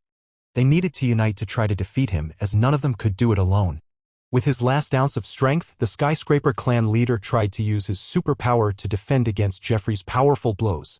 But it wasn't enough, and soon he could die. He realized he couldn't manage without the guy's help. But gathering his strength, he attempted to attack him. He wanted to get close to try to wound him. But Jeffrey met his strike with his own weapon. With one strong blow, he managed to stop him. The man felt a sharp pain all over his body. Jeffrey was satisfied with his work. However, he realized this wasn't the end. The warrior managed to hold onto his weapon with his own hands, saving his life in the process. At that moment, Yu Youngyu was preparing to attack him. Despite being terrified, he couldn't stand aside and tried to do everything he could. Jeffrey realized he was in a very tough spot as he was being attacked from all sides. The boy also used his superpower, and his sword became gigantic. However, that still couldn't break through Jeffrey's defenses. Jeffrey put in great effort to protect himself, and he managed to do it. But he didn't even notice how the main character had crept up behind him. With one swing of his sword, he ended their confrontation. Because Jeffrey was dead. His defense had weakened and his headless body fell to the ground. After the battle, the city was left in ruins with piles of dust swirling in the air. Meanwhile, reinforcements arrived. They tried to save the leader, but he had lost too much blood and couldn't move without help. However, with his last strength, the man replied that it wasn't his merit and he would never have managed without the newcomer's help. But Jekyll didn't believe his words. He couldn't accept that the boys could handle him. Yet it was hard for the man to believe that too. After all, it was the first time Walker Alvin had made such great sacrifices for the newcomers. These boys were true monsters. Despite having spent only a short time in their world, their level was much stronger than those who had been there for years. And he couldn't even imagine what they would be like in a few years. However, after the battle, they disappeared, and he wondered where they had gone. He wanted to discuss a few important things with them.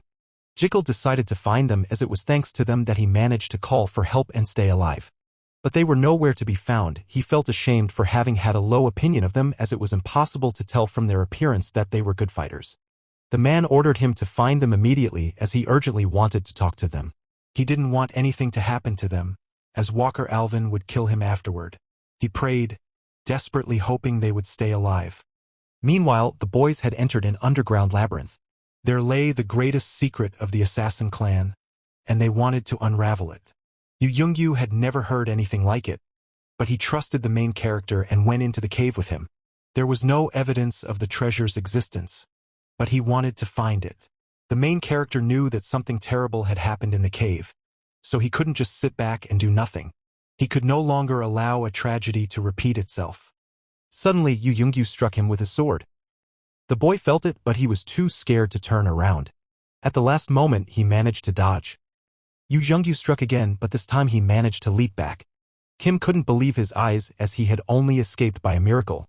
But why did Yu Youngyu do this to him? Was he a traitor? Why was the boy trying to do this? However, when Kim looked at his face, he saw that something was wrong with him. It seemed he had gone mad, and his eyes had turned white. Yu Youngyu was having hallucinations and lunged at the main character again. Kim tried to defend himself, but he didn't want to hurt him. He also saw an incomprehensible smoke in the cave. But could it be because of him? This was very untimely, as they were losing precious time, and there was very little left. To bring Yu Youngyu back to his senses, the boy slapped him. However, nothing worked. He got back up and continued to fight him. They needed to come up with something else. There had to be an effective way to bring him back to reality. Suddenly, he heard the real voice of Yu Youngyu pleading for him to save him.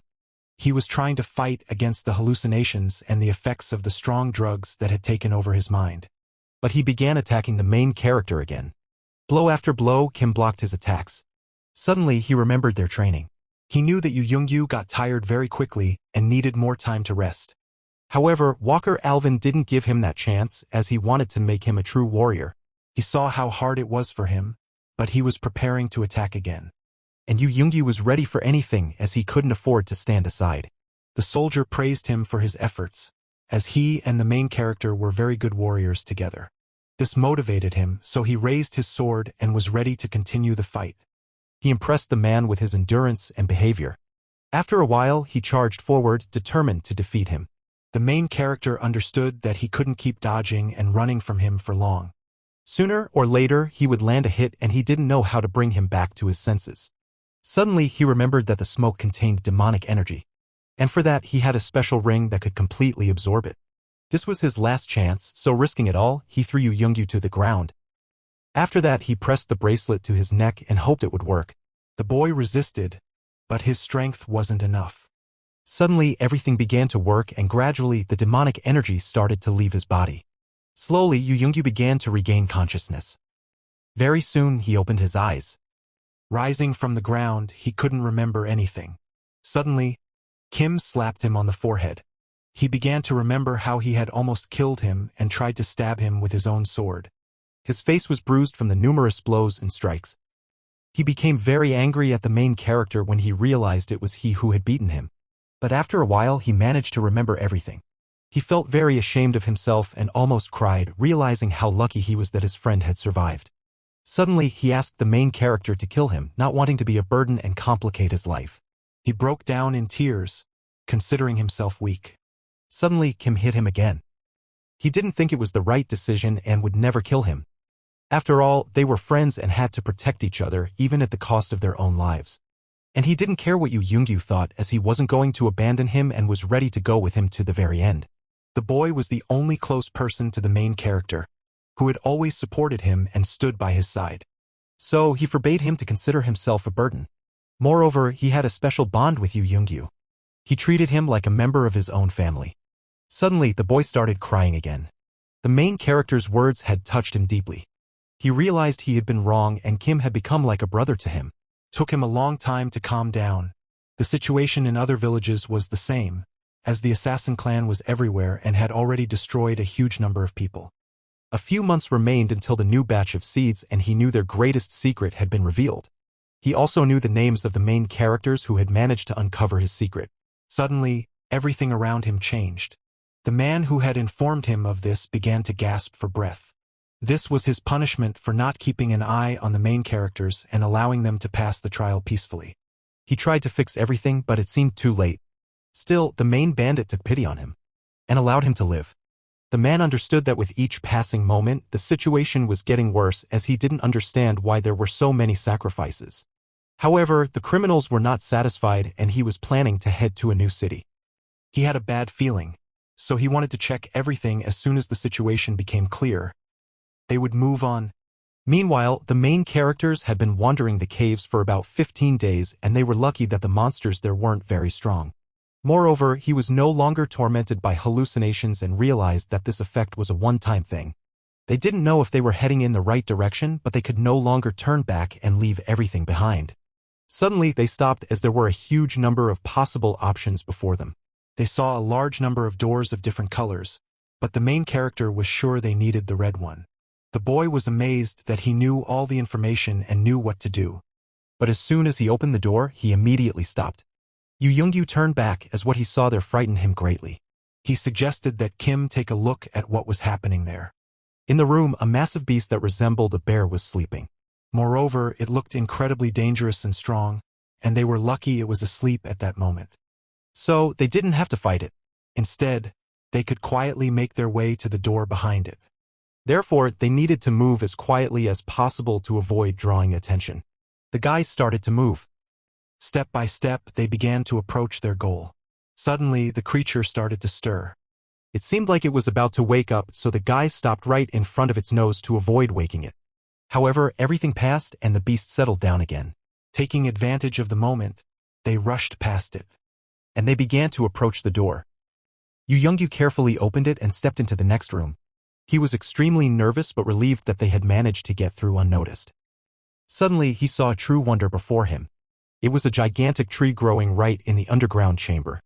In all his life, he had never seen such a massive tree and couldn't believe it was alive. Moreover, according to the main character, the tree wasn't sacred. On the contrary, it was demonic, as it was where the seeds used by the assassin clan for their evil plans were cultivated. And when Yu Youngyu looked closely at the trunk of the tree, everything clicked. Because these were the very seeds they had been given before their initiation into the new clan. It was demon seed. So, to prevent thousands of hatchlings from emerging from the seeds, they needed to try to destroy the tree. Given the tree's enormous size, this was going to be very difficult. However, they had no choice, and the lives of thousands of innocent people depended on them. The main character assessed the scale of the task ahead. He had never seen anything like it before, but that didn't stop him. Yu Youngyu was scared and didn't know where to start. Suddenly, the main character began to absorb the demonic energy of the tree. He did this with the help of his bracelet, and despite the plant's massive size, he managed to do it. Very soon, his skills and strength began to grow. He was able to absorb the power of the seeds, and as a result, he became much stronger. His demonic energy rose several levels. However, along with that, his health level began to drop and he soon started to feel it.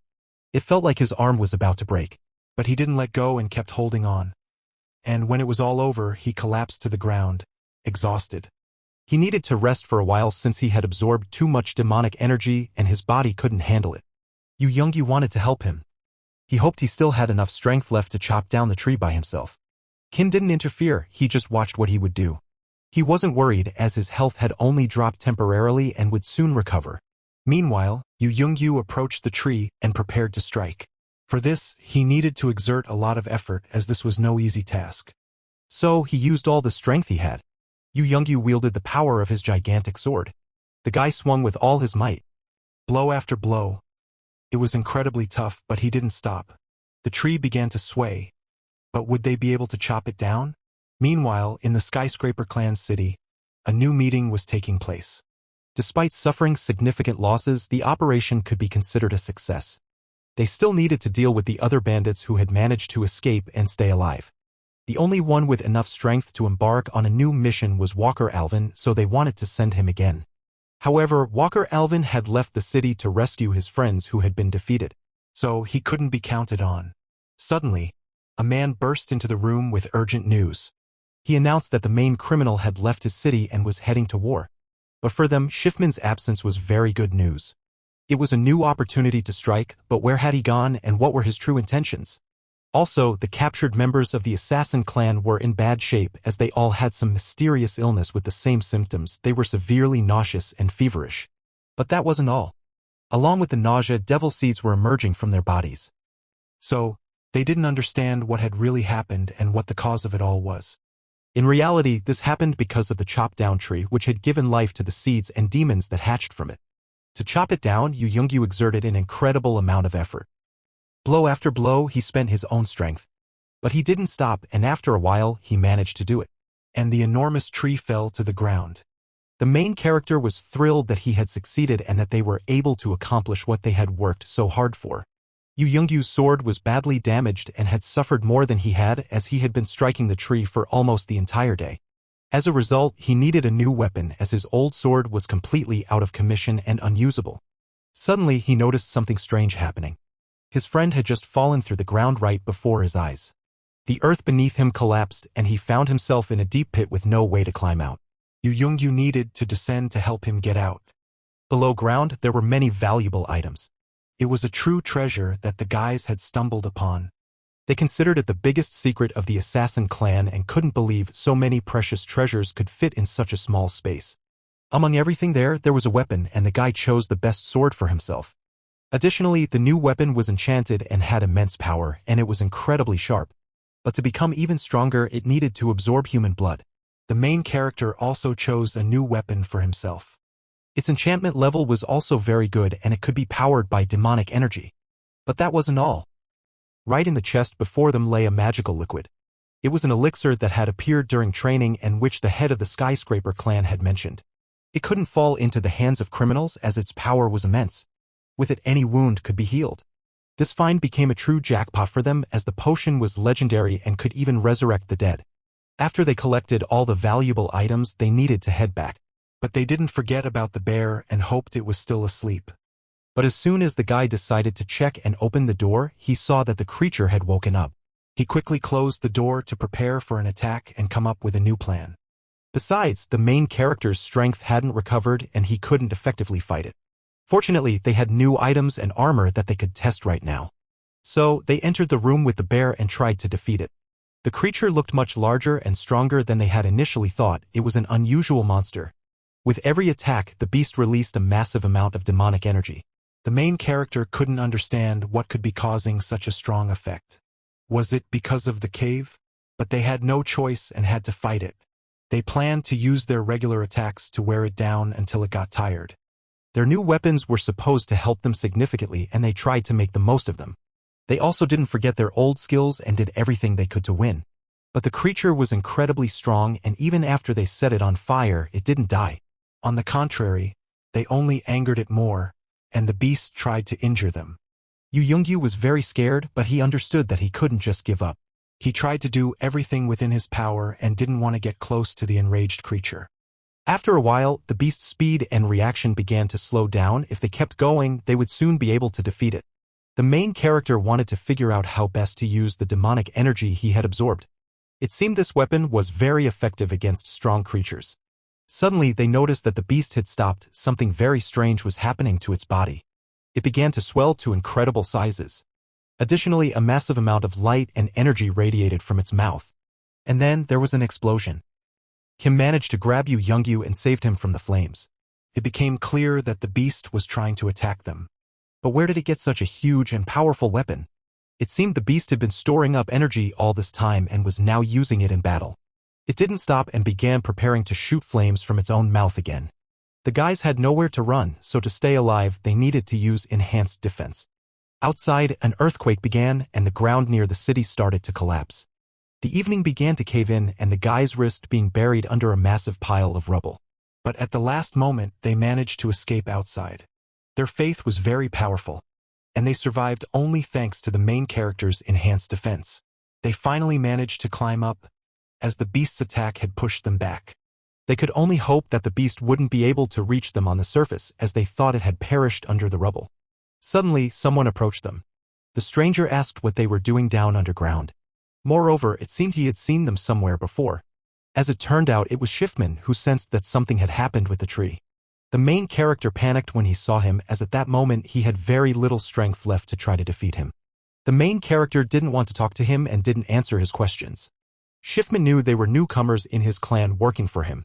The guys were extremely nervous. They couldn't come up with answers to his questions, and Shiftman just waited. Suddenly, Kim had an idea. He replied that they had been sent to monitor the situation in the underground. Furthermore, Shiftman realized that they were aware of his injuries. And then the main character understood that they wouldn't be able to deceive him and needed to come up with another plan. So he replied that they had accidentally woken the beast. The thief asked if everything was all right with the tree, but he decided to check it personally. So he went straight into the cave. The situation became very tense. It seemed Shiftman hadn't realized anything, and while he was in the cave, they could simply escape from him. The guys watched every step he took. They didn't dare to say a word and prepared to flee as soon as he started to descend. Suddenly, the man remembered where he might have seen them. After all, they were the ones who killed Dean and betrayed his assassin clan. Now, they found themselves in a very difficult position, as the criminal wouldn't let them go so easily. Meanwhile, the soldiers launched an attack on the criminal city. continuing to eliminate all enemies in their path. The absence of their leader presented a golden opportunity they simply couldn't ignore. Mr. Turner had personal matters to attend to, so he had to leave his army behind. However, his soldiers were grateful to him for standing by them since the war began and fighting against their foes. To them, he was a true hero and a role model. But he never shared his secret plans with anyone. Suddenly, he found himself entering the bandits' hideout. The bandits needed to hide because if the demon seed had truly been destroyed, they risked losing the war. They also hoped that the leader of their clan could fix everything. After all, he had gone to personally check on the tree and hadn't returned. It seemed like something had really gone wrong. Turner was dissatisfied with his work. His job was to conceal the existence of the tree with the seed to prevent anyone from finding and destroying it. But only the leadership of the assassin clan knew about the tree, and they suspected there were spies among them. Turner didn't like the guy's tone, so he threatened him. But Kim Tae-han didn't back down. He suspected the man was the traitor. He also felt that the clan leader's deal with the demons was about to go into effect, and they would soon take action. So, he needed to wait for the leader's return and discuss everything with him in person. Meanwhile, the main characters were preparing for battle, as they had nowhere to run. And Schiffman wasn't about to let them go easily. He hadn't expected to find them in the cave and realized they were among the few who had managed to navigate the labyrinth and come back alive. But he didn't need them to tell him anything. He was planning to extract information by force anyway. Immediately, a bloody fog enveloped them, capable of killing them even without weapons. The guys felt it was getting hard to breathe with the overwhelming concentration of blood in the air. But thanks to their high level of self-protection, they managed to endure it. Meanwhile, the enemy tried to attack them, but they managed to dodge. Yu Youngyu wasn't as quick, so he got injured right away. The man realized that these guys were unusual newcomers as they were the only ones who could withstand his bloody fog for so long. Yu Youngyu was in severe pain, and due to a serious shoulder injury, he couldn't stay on his feet. The main character found himself alone against a powerful enemy, but wasn't about to reveal what had really happened with the tree. He needed to distract the man, so he started talking. Kim claimed that the tree was gone and that he had killed a bunch of his men who tried to take the city. At that moment, the enemy got furious and tried to strike him again. Schiffman delivered a powerful blow. However, at the last moment, Kim managed to dodge. Only the tips of his hair were singed, but that wasn't the end of it. Because at that very moment, a massive barrage of sharp arrows was flying toward him. With tremendous effort, he managed to evade the danger and stay unharmed. He realized he needed to take advantage of the time stop. Moreover, even his magical armor couldn't protect him from the injuries inflicted by the sharp arrows. The enemy managed to get behind him and was preparing to strike again. Kim didn't even notice how he had done it. But at the last moment, he was able to block the attack. It was incredibly difficult to hold his ground, but he tried. Yet his strength wasn't enough, and he was sent flying several meters from the powerful attack. The enemy sensed the demonic energy radiating from his body. Schiffman couldn't understand how the kid could be so strong, considering he was a newcomer in his world. The main character was much stronger than anyone he had fought before. Schiffman wanted him dead and wished for him to die in agony. The battle raged on, and neither man wanted to stop or give up. The main character continued to dodge all of Schiffman's attacks. He was exhausted, and he had almost no strength left. But he wasn't going to stop as his friend's survival depended on him. Schiffman saw that he was tired and wanted to take advantage of that to finish him off. Time control wasn't helping the hero, and his magical armor couldn't withstand Schiffman's powerful attacks. None of his powerful skills were effective against him, and the fog wasn't dissipating, making it hard for him to breathe. But he still had one last hope. He knew that his new sword and demonic power would only be effective when he used blood. He tried to distract the enemy and bombarded him with questions. Meanwhile, he prepared for one last attempt to strike. Schiffman chose his side and would forever remain loyal to the demon's power, worshipping it. Kim was ready. He took a deep breath. In that decisive moment, he recalled why he had come such a long way. And he understood that he simply couldn't give up and had to keep fighting until the very end. But the bandits were tired of fighting him and were planning to end it all very quickly. For that, they put all their strength into one final blow. It happened so suddenly that the main character didn't expect it and couldn't dodge in time. Drops of blood appeared in the air. But fortunately, he wasn't injured. Opening his eyes, he saw that Yu Youngyu had saved him once again. He arrived just in time, as the hero was on the brink of death. Schiffman was astonished that the kid could still move after such a severe injury. He realized he needed to put in more effort to kill him. But the kid managed to activate his sword's ability. He did it with his own drop of blood and finally understood how to use it. This match was perfect for battling a strong enemy like Schiffman. Absorbing blood, the sword became sharper and could cut through any armor, even the strong one Schiffman wore. In his hands, it was a very dangerous weapon as the sword could absorb the blood present in the bloody fog. Now, the heroes had a chance at victory again. They wanted to combine their efforts to finally defeat him. But the enemy wasn't giving up. On the contrary, he became even angrier and didn't want to stop. He began attacking them again. They needed to prepare for defense. The guys were exhausted, but they couldn't retreat and had to do everything possible to protect themselves. They covered for each other. However, they didn't have enough strength to launch attacks. The hero was especially fatigued, and his mana level had dropped significantly. Suddenly, there was an explosion and they found themselves at its epicenter. Meanwhile, soldiers from the skyscraper squad were trying to locate them. A lot of time had passed since the search began, and the leader was worried, fearing something terrible had happened to them. But he noticed a strange glow behind him. He knew it was the bloody fog and hoped they were still alive. He ordered Jekyll to contact the squad immediately and call for backup. Meanwhile, the fierce battle continued. The guys were so exhausted that they could no longer stay on their feet. After the attack, Yu Youngyu couldn't get up. Moreover, he was struggling to breathe and collapsed to the ground. The hero couldn't understand what had happened to him, but he didn't respond to Kim's pleas to get up and keep fighting. Kim tried to shout to Yu Youngyu, but he realized it was all in vain. Yu Youngyu could no longer hear him. He was dead. His sword had also absorbed its master's power, leaving the kid with insufficient strength to survive. Schiffman approached him, preparing to kill him too. For the first time in a long while, tears appeared on the main character's face. He recalled all the moments that connected them. He also remembered the killer who had brutally tormented his wife and child. He knew he couldn't die. He also knew that Yu Youngyu had a family and wanted to see them again. He had to save him at all costs and bring him home. After all, he was the only one who could do it. He remembered his promise to keep him safe and protect him. But now he looked at his face and lifeless body. He felt an immense pain inside, realizing he was powerless and had broken his word. However, the hero wasn't going to give up and managed to gather his strength to keep fighting. This became his motivation, and he was able to unleash his demonic energy. As a result, he became much stronger and was able to restore his endurance and health. His mana and demonic energy mixed, making him far stronger than before. Kim felt that this moment had to be decisive as it was his only hope of defeating Schiffman. He looked into his enemy's eyes. Demonic energy continued to emanate from his body, and even the thick fog wasn't as dangerous to him anymore. At that moment, he finally managed to gather himself and his strength. His power and regression increased several times, and the opponent didn't understand what had happened.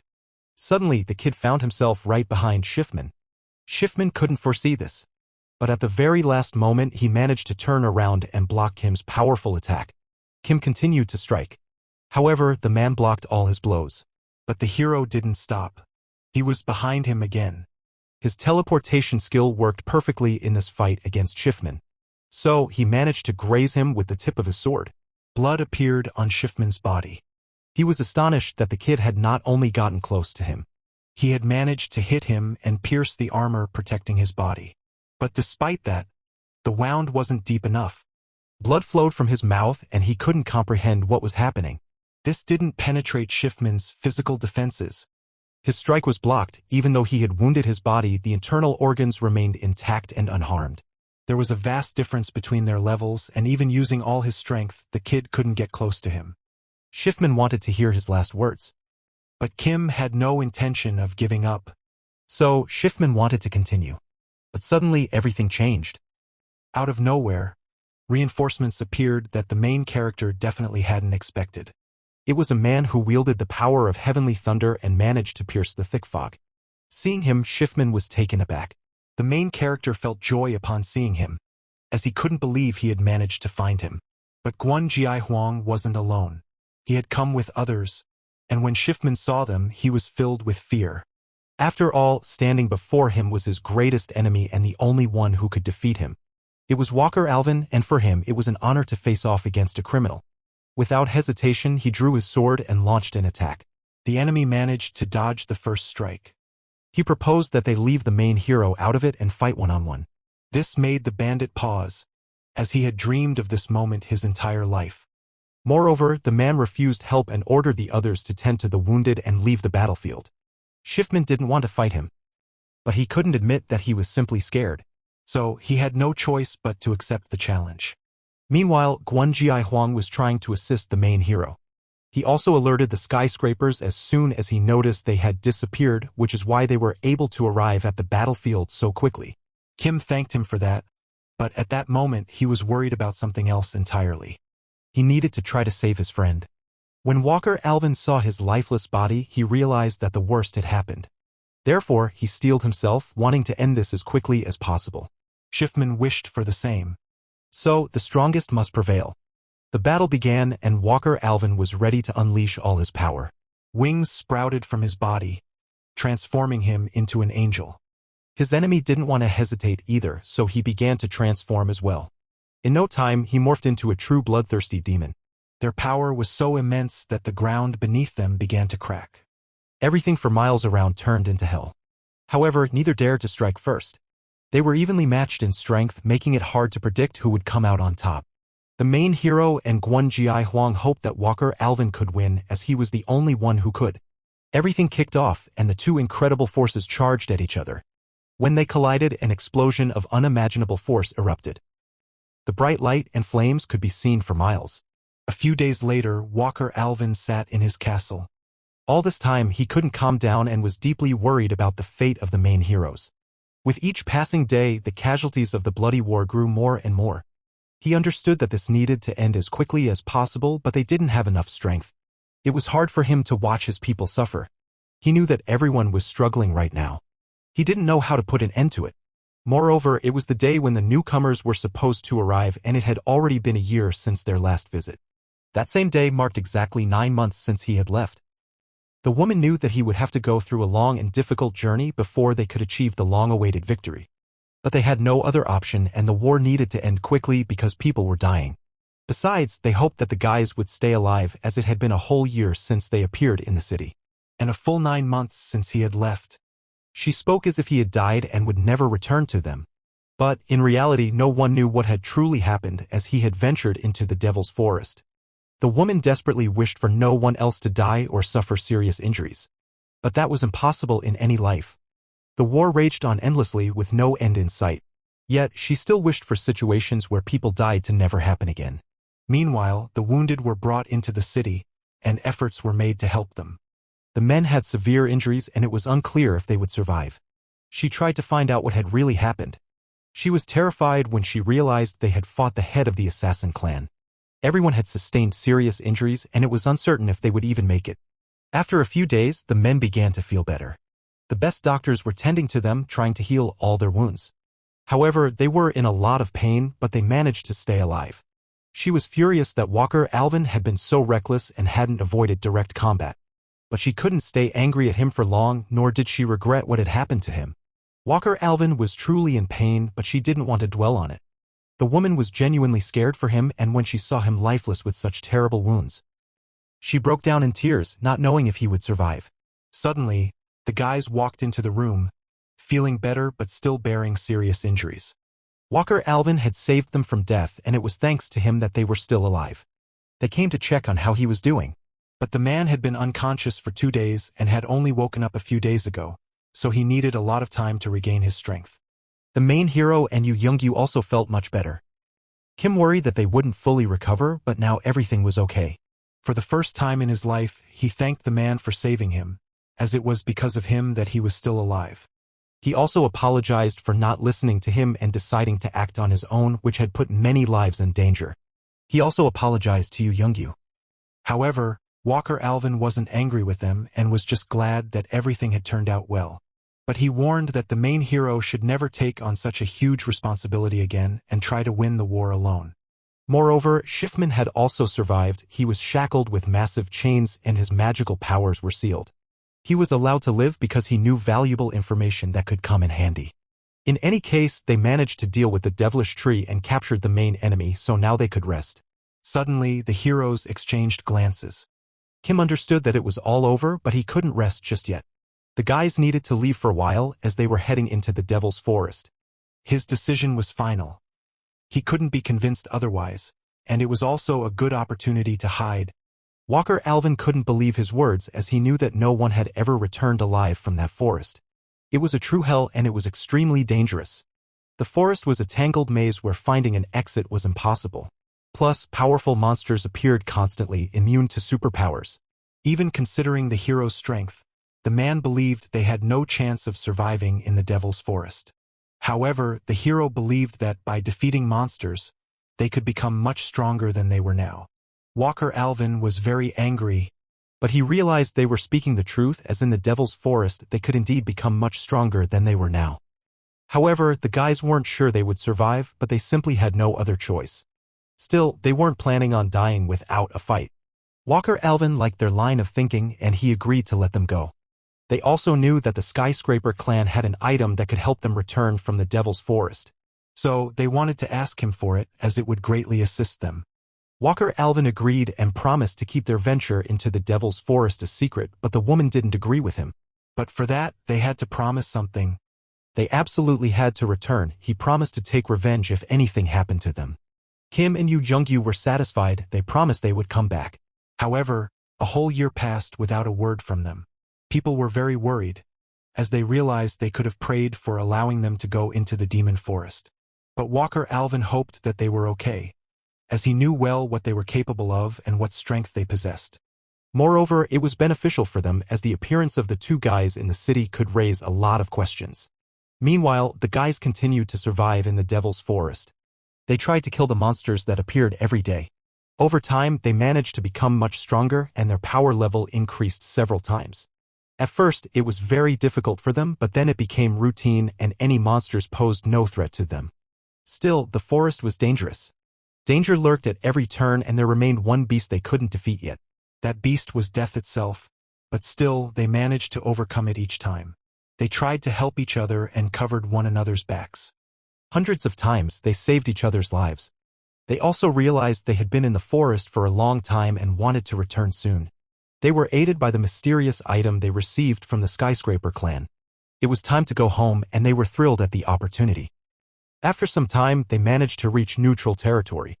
People who were also wandering in the forest felt fear as they approached a place where strange things constantly happened. Many were anxious and wanted to turn back. They also tried to map out the forest. They realized they were on the path to a dangerous area filled with many monsters. They needed to gather themselves and keep moving forward, as having come such a long way they couldn't turn back now.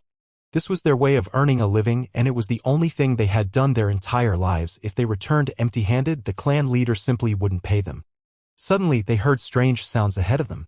The leader ordered everyone to stop, as it could be dangerous. The strange sounds began to draw closer to them. Many people started to panic and drew their weapons, preparing for a fight. They took combat positions and braced for the worst. Just then, they saw that the danger was right in front of them. After that, none of them managed to survive and their cries for help echoed throughout the forest.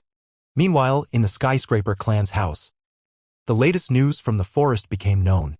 Everyone was aware of the mysterious deaths of the cartographers who were making very important maps for their clan. All of them had been killed. Now, they had serious problems. They needed someone else to embark on a journey and finish the map. The head of the Skyscraper clan, who was a golden lion, ordered Walker Alvin to go into the forest and search for their bodies. But when the man heard his command, he had many questions. He understood that the prepared fighters who were supposed to go with him wouldn't survive. However, the golden lion didn't care. He wanted the maps at any cost. Even human deaths couldn't stop him, and he wasn't going to cancel the order. The man asked to go into the forest alone, but he couldn't convince the golden lion. Still, he refused the task and couldn't take responsibility for their lives. Therefore, the golden lion wanted to meet with the main heroes, as he thought they would be perfect for this task. But he quickly realized that it was impossible to contact them. He wanted to talk to them after they returned and continue exploring and mapping the forest. Walker Alvin was furious, but he had no other choice. He understood that the clan leader was mistaken, but he didn't want to argue with him. So, he agreed to carry out his order and left his room. The leader was left alone. He continued to drink. He also pondered Walker Alvin's words. and he realized that something was being hidden from him. Finally, the boys' journey came to an end. They managed to return to their hometown, which had changed a lot. It had become much more beautiful and began to flourish after the victory in the war. Yu Youngyu considered the city his true home and was glad they could return. Finally, they could eat proper food, take a warm shower, and rest in a real bed. They were planning to take a well-deserved break and head back into the woods to build their strength. They also wanted to return to the spot where they first encountered Walker Alvin, as it was much more dangerous than the forest. They understood that during their time in the woods they had become significantly stronger, and even that wouldn't pose a serious challenge for them. After a while, they found themselves standing in front of the main building of a towering skyscraper complex. However, they were met at the entrance by security who wouldn't let them inside. They were ordered to show their identification. The guys complied immediately. However, their badges looked quite strange. The guards were taken aback when they saw that they were from the reserve. They had no idea it even existed.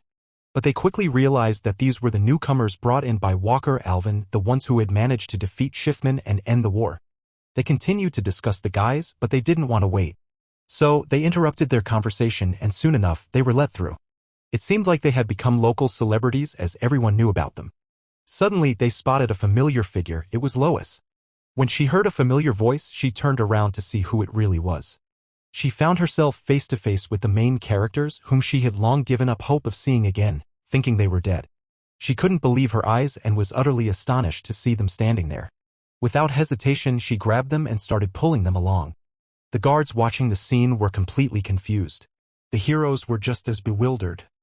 Where was this woman taking them? However, she was overjoyed to realize they had returned, but they couldn't be seen by the head of their clan. At that moment, the guys exchanged glances, completely lost. Just then, they encountered Walker Alvin on their path. The woman started shouting at him. But that turned out to be her biggest mistake. Because her voice caught the attention of the clan leader, the Golden Lion, who stepped out of his room at that moment. He realized that they were indeed the reserve of their clan. He introduced himself and stated his name. At that moment, the man began to smile.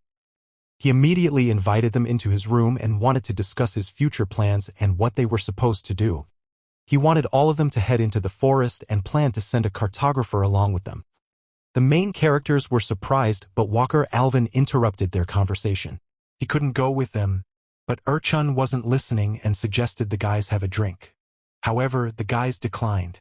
And Urchun realized it wouldn't be easy to convince them, as they knew that the neutral territory was a very dangerous place and no one had ever returned alive from there. After all, it was a place where demons and angels could be encountered, and it was considered a hazardous location for rankers. Walker Alvin believed that the clan leader wanted to get rid of the newcomers this way. He was ready to go to the dangerous place in their stead, convinced they wouldn't survive there. However, Walker Alvin understood he couldn't handle it alone. The leader turned to Lois, as she had been silent and hadn't said anything. She was also against it, as it was indeed very dangerous there. Walker Alvin expected the main characters to refuse and not want to walk into certain death. But suddenly they agreed to go. It seemed they didn't even realize where the clan leader was sending them. Walker Alvin got angry while Urchun was very pleased and couldn't stop laughing. But the main character knew that the neutral territory was far more dangerous than the devilish forest. However, they had some business to attend to, and in any case, they were planning to go there so they could accomplish their mission at the same time. Urchun was thrilled to learn they had already been to the devilish forest, because now everything was falling into place and he had found those who agreed to head into certain death. Soon, they were set to begin their new mission. A cartographer was to accompany them, whom they would have to protect. With that, their conversation came to an end. Very soon, the guys were to set off, so they began to prepare and gather their things. Walker Alvin was very angry and didn't even want to talk to them. Lois knew he was upset with the guys for agreeing to go to the neutral territory, but she didn't want to mention it to them. From the very beginning, the man had been against it, as it was extremely dangerous and no one had managed to survive. Moreover, he had always had a very poor relationship with the clan leader, and he was furious that he made such an absurd decision. In reality, he simply didn't like the first generation, to which the leader belonged. After all, the first generation were special people. They were the first to settle in the place where the city now stood. They were the founders, and because of that, their power was at an incredible level. And everyone who came before found it very difficult to even get close to them. Walker Alvin had a bad attitude towards them because they did absolutely nothing. Only people from the first generation could hold high positions and didn't participate in wars or serious matters at all. But he wasn't the only one. He disliked the situation. Among the clan members, there was talk of making him the new leader. However, they couldn't do that, as even united, they wouldn't have enough strength to win. After all, if everything went back, the first generation wouldn't be able to live the same way, and that was something they needed to try to change. For the last time, Walker Alvin asked if they really wanted to head into the neutral lands. But their decision hadn't changed. Walker Alvin couldn't allow anything to happen to them. So he wanted to go with them to be able to help and save them if needed. However, there was one very important condition. They needed to follow him. He led them into a huge room that was underground in the skyscraper complex. There, they could train and practice their strength and skills. In front of them was a tree of power that grew in the devilish forest. Due to its strength, it was used as a training tool. If someone managed to chop it down, it would mean that the person was truly very strong. However, the trees had low magical conductivity, so they could only rely on physical strength. He set the condition that if they could chop the trees more than halfway, then they could go into the forest. The task was not easy, as it required strength similar to that of rankers. The main character asked if Walker Alvin could chop the tree. But Walker Alvin could chop it down more than halfway, while the woman couldn't even hold a weapon properly. Walker Alvin was about to demonstrate this to them, so he took a combat stance. After that, he made a powerful swing. His strike was very precise and powerful. He managed to chop the tree down by 80%. That was the best result anyone had ever shown. Next, it was the main character's turn. He needed to prepare, as this was truly no easy feat. And if even one of them couldn't do it, they would have to forget about going to the neutral territory. The main character agreed to try first and then took his weapon. He stood a few meters from the tree and was about to find the best angle for his attack. He gripped his sword tightly in his hands. Kim was ready. Suddenly, a strong swing, and a large amount of dust fell from the tree. He managed to chop the tree down. And when his friends saw this, they were overjoyed for him. He had chopped it down more than a bell's length, which meant he had passed the test. Next up was Yu Yoongyu, and he also had to try to do this. The main character believed in him and tried to encourage him. However, it was really tough as he struck with all his might and couldn't even chop down half. Would his friend have enough strength to do it? He needed to give it his all, as it was very difficult. Yu Yoongyu approached the tree and prepared for the strike. Focusing, he swung and aimed. He managed to hit right on target. His face was joyful, and it seemed he had also succeeded. Because his cut, while not very deep, it was enough for him to move on. The man had never seen anything like it before, as he had trained for many years to replicate their results. So, the guys were truly unique, especially the main character. They were on par with the rankers from the biggest clans in the country. The guys handled the challenge well and managed to pass the test. Ahead of them lay a very dangerous trial. And they could set off any day now. They were also glad that the man was going with them, as he was a reliable companion who could protect them. Before starting their journey, they needed to rest well and regain their strength. So Lois suggested a brilliant idea. That evening, they were treated to a lavish dinner. They could eat absolutely all the food they saw in front of them, plus it was free as they deserved such treatment. The guys couldn't wait any longer, so at that very moment, they pounced on the food. They had been waiting almost a whole year for today, and finally they could eat properly. However, that was far from all that awaited them. They had a hot bath prepared for them, which they could enjoy. However, even there, the main character was reading his diary. Yu Yoongyu was worried that his precious diary might get wet and didn't want that to happen. However, the main character protected it with his magical armor. So, there was no need to worry about it getting ruined or anything happening to it. Yu Yoongyu pondered. He recalled the words they had discussed during lunch. After all, people had assured them that their greatest enemy, the head of the assassin clan, was dead. He had been killed while locked in an underground prison in the skyscrapers, and there were suspicions that a demon had done it. Moreover, they also believed that the deaths of cartographers in the neutral lands were the work of demons. It seemed this frightened Yu Yoongyu, as he seriously began to consider that it was indeed dangerous in that city. Furthermore, he was curious about who angels and demons really were, as they had been in this world from the very beginning and had fought against each other. However, Kim had already encountered a demon before. It happened during the last stage of his training. It seemed he had been summoned very suddenly, but despite that, he remained very strong. Den spoke as if he knew something about the world they were now in. And the main character couldn't quite grasp what his words could mean, but in any case he was an enemy. They had to kill the enemies that crossed their path, as it was only through this that they managed to stay alive and come this far. They couldn't take risks without reason and needed to protect each other. His words calmed Yu Youngyu. They had to complete this mission and change everyone's opinion of them. The boy continued reading when suddenly, his attention was caught by strange lines. The war against the assassin clan ended in their victory, but they still didn't know the exact number of casualties. Sometimes they weren't counted. Moreover, this was not the end, and the joy of victory was very short-lived, because the mountains that separated their city from the dangerous magical forest concealed the greatest danger that no one suspected. Monsters could easily cross over them and enter the city.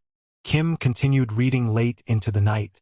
He understood that they needed to go to the dangerous place and deal with them before they reached them. Suddenly, there was a knock at the door. It was Lois, but why was she here so late? Did something happen? Meanwhile, Archon was having a good time in his room. However, he wasn't alone, he had guests. They were playing a game that they absolutely loved.